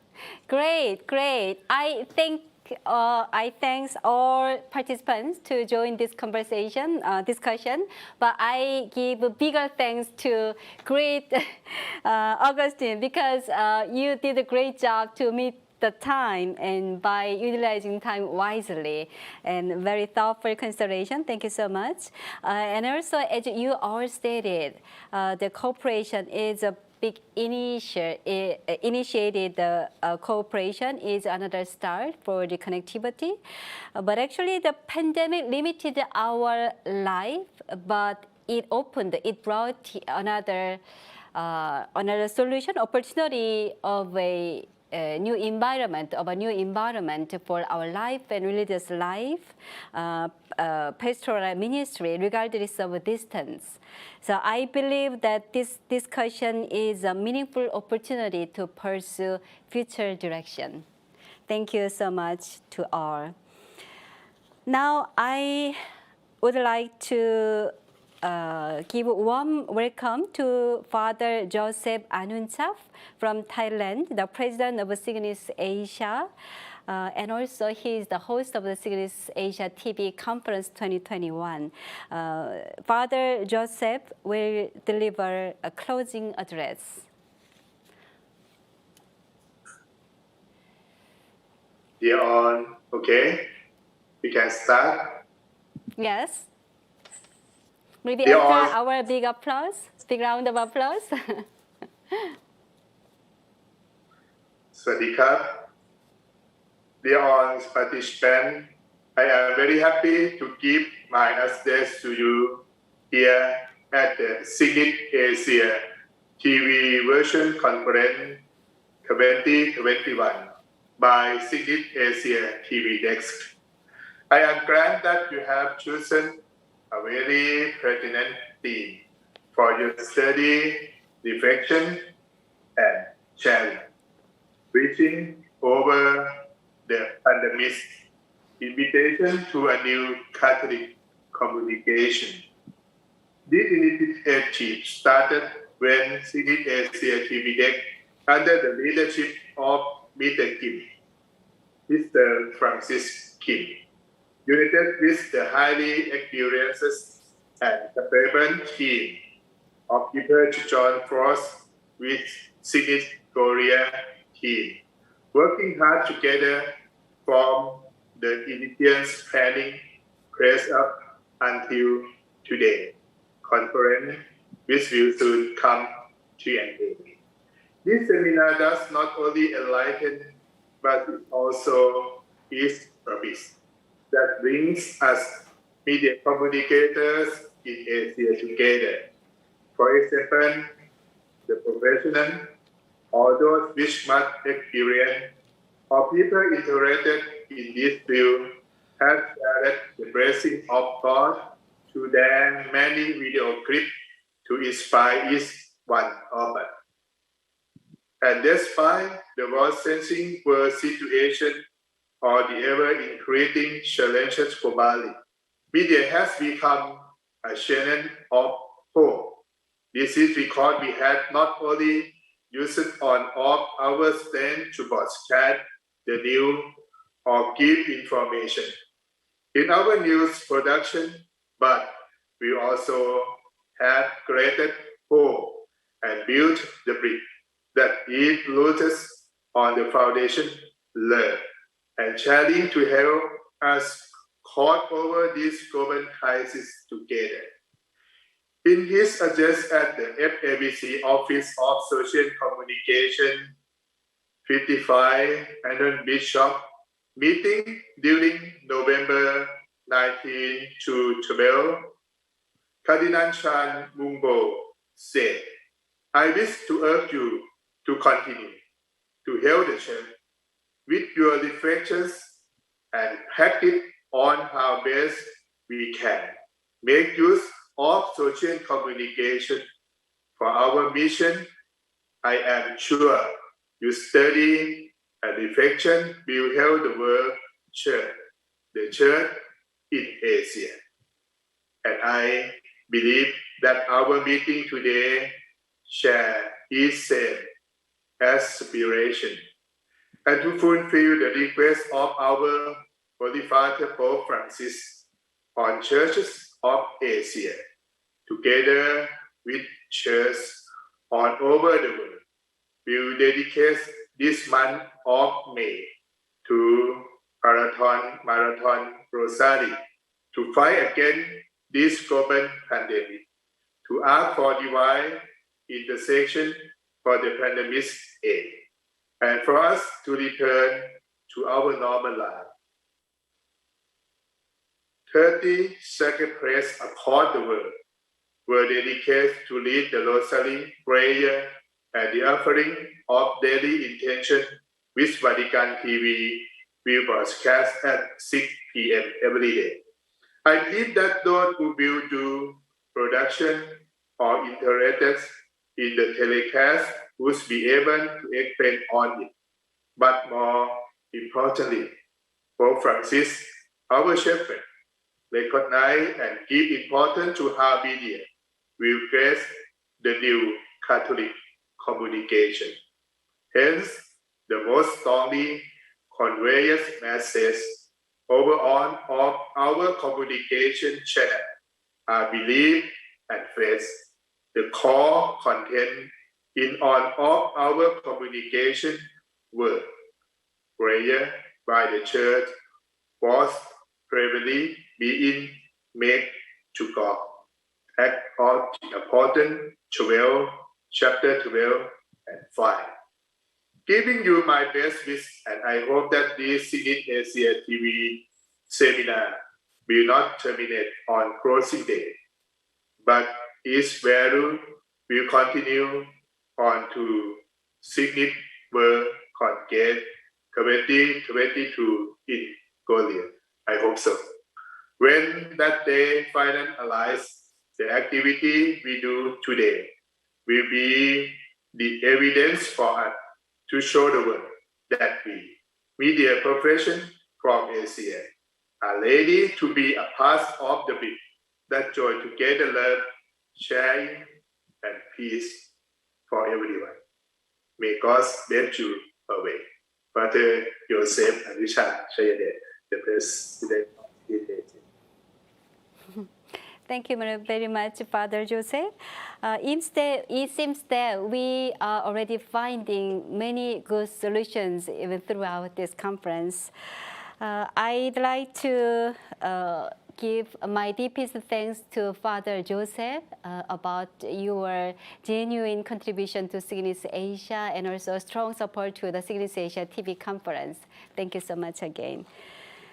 Lastly, I would like to introduce honorably invite Archbishop Alfred Suerev, the Apostolic Nuncio to South Korea, for his closing remarks. Let's give a big round of applause.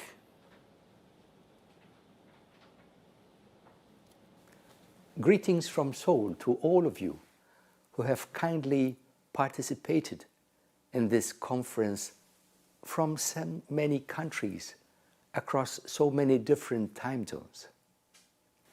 Let me start by thanking God for His blessings in giving us this opportunity and in guiding us over these last 3 days during this SIGNIS Asia TV Conference 2021. Since I was assigned to this Apostolic Nunciature here in Korea, it has been my custom to meet once or twice annually with a delegation of SIGNIS Korea. First of all, to review the work done over the previous year under the subsidy of the Vatican, and other times to acquaint myself with their plans and proposals for the following year. During one of these meetings, I was delighted to learn that the SIGNIS World Congress 2022 was being planned to be held here in Seoul. I welcome this initiative wholeheartedly and pray for its success. This must entail a lot of hard work, but I am certain that your efforts will contribute greatly towards the successful outcome of the conference. I was also pleased about the ambitious choice of the theme for this conference, bridging over the pandemic, invitation to new Catholic communication, which follows in the wake of and is faithful to the Holy Father's message during the 2020 Catholic Media Conference. On that occasion, the Pope said, "We need media capable of building bridges, defending life, and breaking down walls, visible and invisible, that prevent sincere dialogue and fruitful communication between individuals and communities." The Pope has always emphasized the need to build bridges, to reach out for and embrace those socially marginalized and the most vulnerable. This gains more importance during such times as these that we are going through, where countries are building invisible walls by breaking physical contacts, and where developed countries are showing reluctance to share life-saving vaccines with poorer ones. This without realizing that those surrounding themselves with barriers will themselves be isolated within them. The Holy Father himself reminds us that no one is saved alone. So let us break down the walls and build bridges instead. In this year's Easter message, the Roman Pontiff continued to emphasize the importance of vaccinations in the poorest countries. He said, "Everyone, especially the most vulnerable among us, requires assistance and has the right to have access to necessary care." This is even more evident in these times when all of us are called to combat the pandemic. TV producers and YouTube content creators, for example, can play an important role. Through their respective media, they can reach a global audience and share with them the needs of vulnerable persons and speak on their behalf. It is another form of breaking walls and another reason why the subject of this conference is so topical in these times of the pandemic. During the last 3 days, 13 participants have shared their valuable experiences and knowledge with us. We also had the pleasure to listen to the addresses of 3 cardinals, who each gave us their different perspectives. Cardinal Andrew Yom told us that communication is a manifestation of love.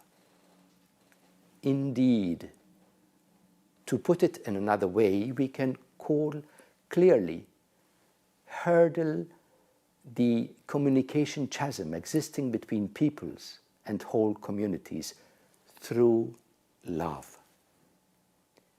We also heard the valuable first-hand message of Cardinal Tagle, the prefect of the Congregation for the Evangelization of Peoples at the Vatican, himself a COVID-19 virus victim. And finally, Cardinal Maung Bo, hailing from Myanmar, lent us the opportunity to pray together with him for peace in Myanmar. These insights give us hope and perseverance in coping with difficult challenges that life throws at us, especially during this pandemic. So to conclude my intervention, I have been informed that this conference has been aired on YouTube and Zoom, and that an edited version will also be shown on the CPBC TV channel. This is putting into practice what has been discussed during this conference. And here, I would like to congratulate you all on the success of this wonderful experience. Blessings to all of you participants, those following these proceedings, and all the staff who have made this conference possible. Thank you for your kind attention.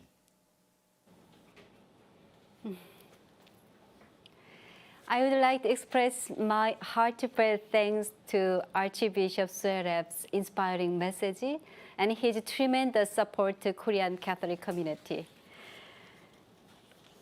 Now, finally, it is time to announce the winner of the competition.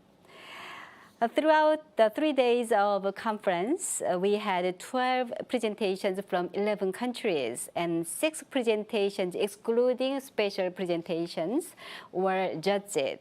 3 juries tried to fairly evaluate them based on the 4 criteria I've explained several times: creativity, originality, and message contents, and technical skill and presentation. And we have 3 juries, Mr. Agustin Antuban, and Mr. Romulus Lee, and Ms. Liza Bazan, 3 juries. I guess they found it difficult to choose only one. Even for me, I think every presentation was wonderful. They delivered very impactful messages. They might have difficulty to choose only one winner, but at last, maybe we'd better listen to jury's opinion, how they thought about from the presentations. Let me pass over the mic to Mr. Agustin Antuban.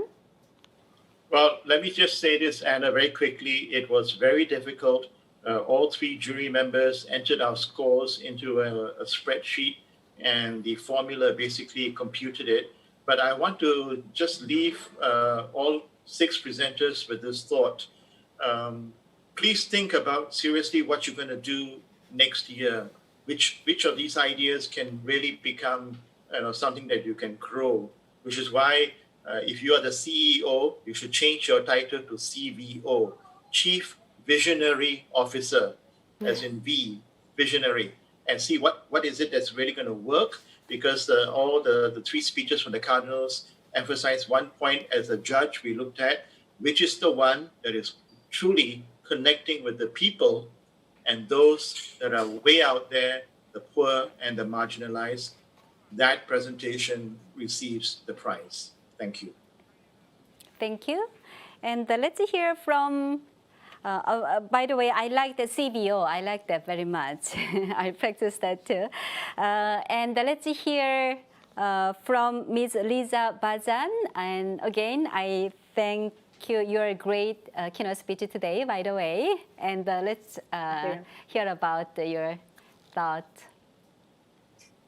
Well, in listening to all of the presentations, the one thing that came home to me, and even also in my preparation for my presentation, is that so often we are so busy working, that we do not always stop to review what we have done. And this gave us a real opportunity to present our work, to stop and reflect on what we have done, and to be able to share it with others, because so often we do not congratulate ourselves enough for the hard work that we do. So I think this was a great opportunity for everybody to be able to step back from their work and to see what they have accomplished. Thank you. All right, thank you. Thank you. I think that will be the great message to all participants, regardless who will be the last winner. Oh, see, I'm so nervous. I'm not a competitor, but still. But let's keep in mind, let's be a CBO. All right, last, there will be an announcement coming soon. So I'd like to invite Mr. Romulus Lee, one of the jury, for the announcement, and also Mr. Francis Kim, the president of the SIGNIS Asia, on behalf of the host, the president of the SIGNIS Asia, that he will award the prize. Okay. Guess what, dear audience, think about that. If the last person will be the same person that you chose. All right. Guess what? Result on my hand. Yeah, but your hands are not shaking. Yeah. All right, so there will be an announcement of the final winner. Yes. The winner is SIGNIS. The winner is SIGNIS Philippines, Paulo Antonio. Congratulations. Where are you? Where are you? Congratulations. Yes, on behalf of the president of the SIGNIS Asia, Mr. Francis Kim, and the president of the SIGNIS Korea will award the prize. It's a very beautiful trophy. This will be given to today's winner, Mr. Hello. Paulo Antonio Barba Bidiones from the Philippines. I will read SIGNIS Asia TV Conference 2021. Mr. Paulo Antonio Barba Bidiones from the Philippines, grand prize winner for outstanding thematic presentation during the SIGNIS Asia TV Conference 2021, May 14th, 2021. Father Joseph Anucha, President of the SIGNIS Asia. Congratulations. This will be given across the land from Korea to the Philippines. And also, thank you so much. And also, another prize, $5 of US dollars in cash will be given to the winner. Congratulations again. Thank you. $500 of US dollars. May I ask you what you're gonna do with that prize? Well, first, I'd like to thank the jury and SIGNIS Asia, and of course, SIGNIS Philippines. Thank you so much for convincing me to be part of this wonderful conference. My hat's off to everyone who organized this. Thank you so much for spreading positivity and just a lot of good vibes in this time of COVID-19. To all of the other presenters, to my co-presenters, thank you so much for for inspiring me. Lisa, I was really inspired by the evolution of how you turned from VHS to hard drives, and then you just evolved into a full multimedia organization, spreading the good word, spreading the gospel, and it's just so inspiring. You're asking me what I want to do with the $500. We have been very, very blessed with this project, and just really, I think it's an opportunity for me to really pay it forward. So I'd like to give the $500 to Asher. And Asher, let's stay in touch. I want to know what you're going to do with it, and how you can just continue doing the good work that you're doing over there. I'd like to greet everyone in Pakistan as well. Thank you. Yeah, let's stay in touch. Yes, Sure, stay in touch sure. for that. For the next step, I congratulate you, and also I'd like to give the thanks and also support to all other participants. No matter which the participants receive the winner, become the winner, all contributions, all hard work, those were the great value for this conference.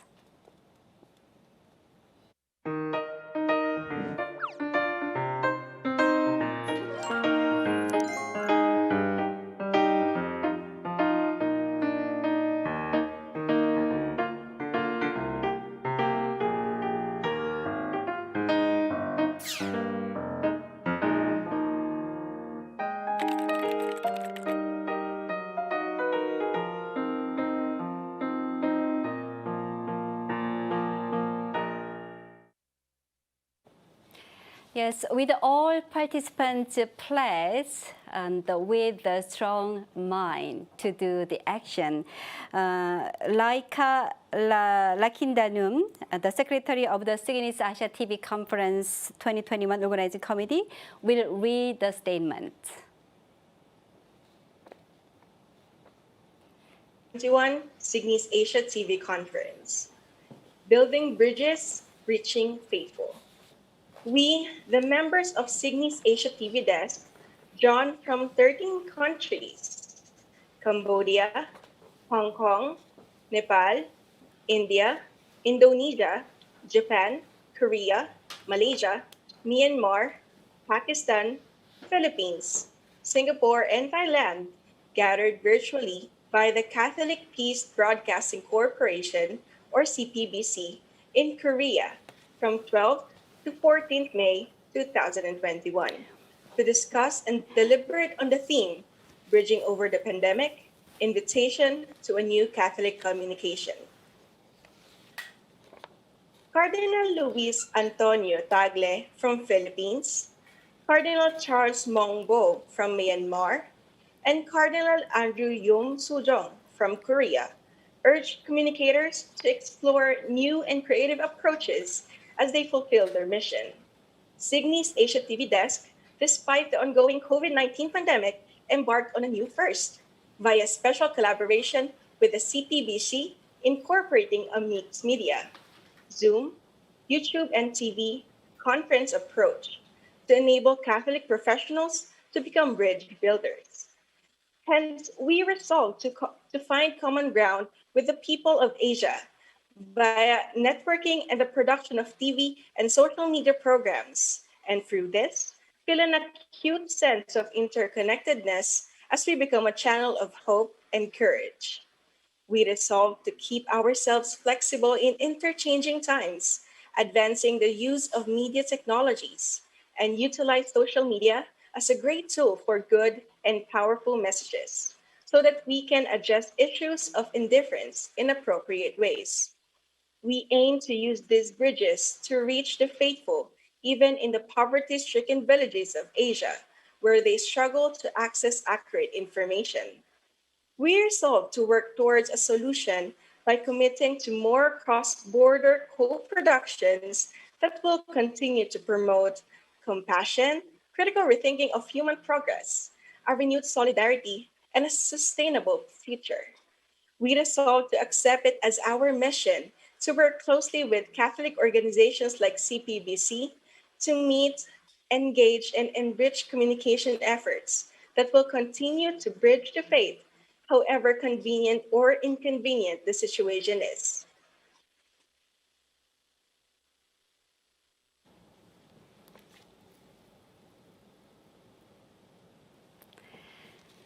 That's it from the conference. How was the SIGNIS Asia TV conference 2021 for the past 3 days, where we remotely meet Asian Catholic community members and participants from around the world? For the past 3 days since May 12, many great speeches and presentations under the theme of the Bridge over the Pandemic, Invitation to a New Catholic Communication, inspired us. Putting it all into practice is another story. Now, our next step is to incorporate the message of the conference into our life. And this is certainly not the end, because we are all connected, and our efforts to reach out to others, regardless of any barriers and regions, won't stop. Although our daily life and religious life are still threatened by the COVID-19, the pandemic, I'm convinced that we can overcome this crisis as long as we continue our efforts through solidarity and unity, and to prepare a new future, as Cardinal Charles stated yesterday. As Pope Francis said, if there is hope for tomorrow, let us be the first person to deliver that hope. Last but not least, I would like to deliver my heartfelt thanks to many people who joined this conference in many ways. First of all, I would like to express my deepest thanks to all participants who contributed the great work and their valuable time for this conference with the incredible messages. Also, I appreciate all staff from CPBC and the SIGNIS Asia TV conference organizing committee members who have done tremendous job for making mixed media conference for the first time. More importantly, I would like to extend my heartfelt thanks to everyone who's kept watching this conference and showing your love and the great message with attention and interest. You may send this link of this conference to your friends and neighbors who couldn't join during the conference. Peace be with you. Thank you very much.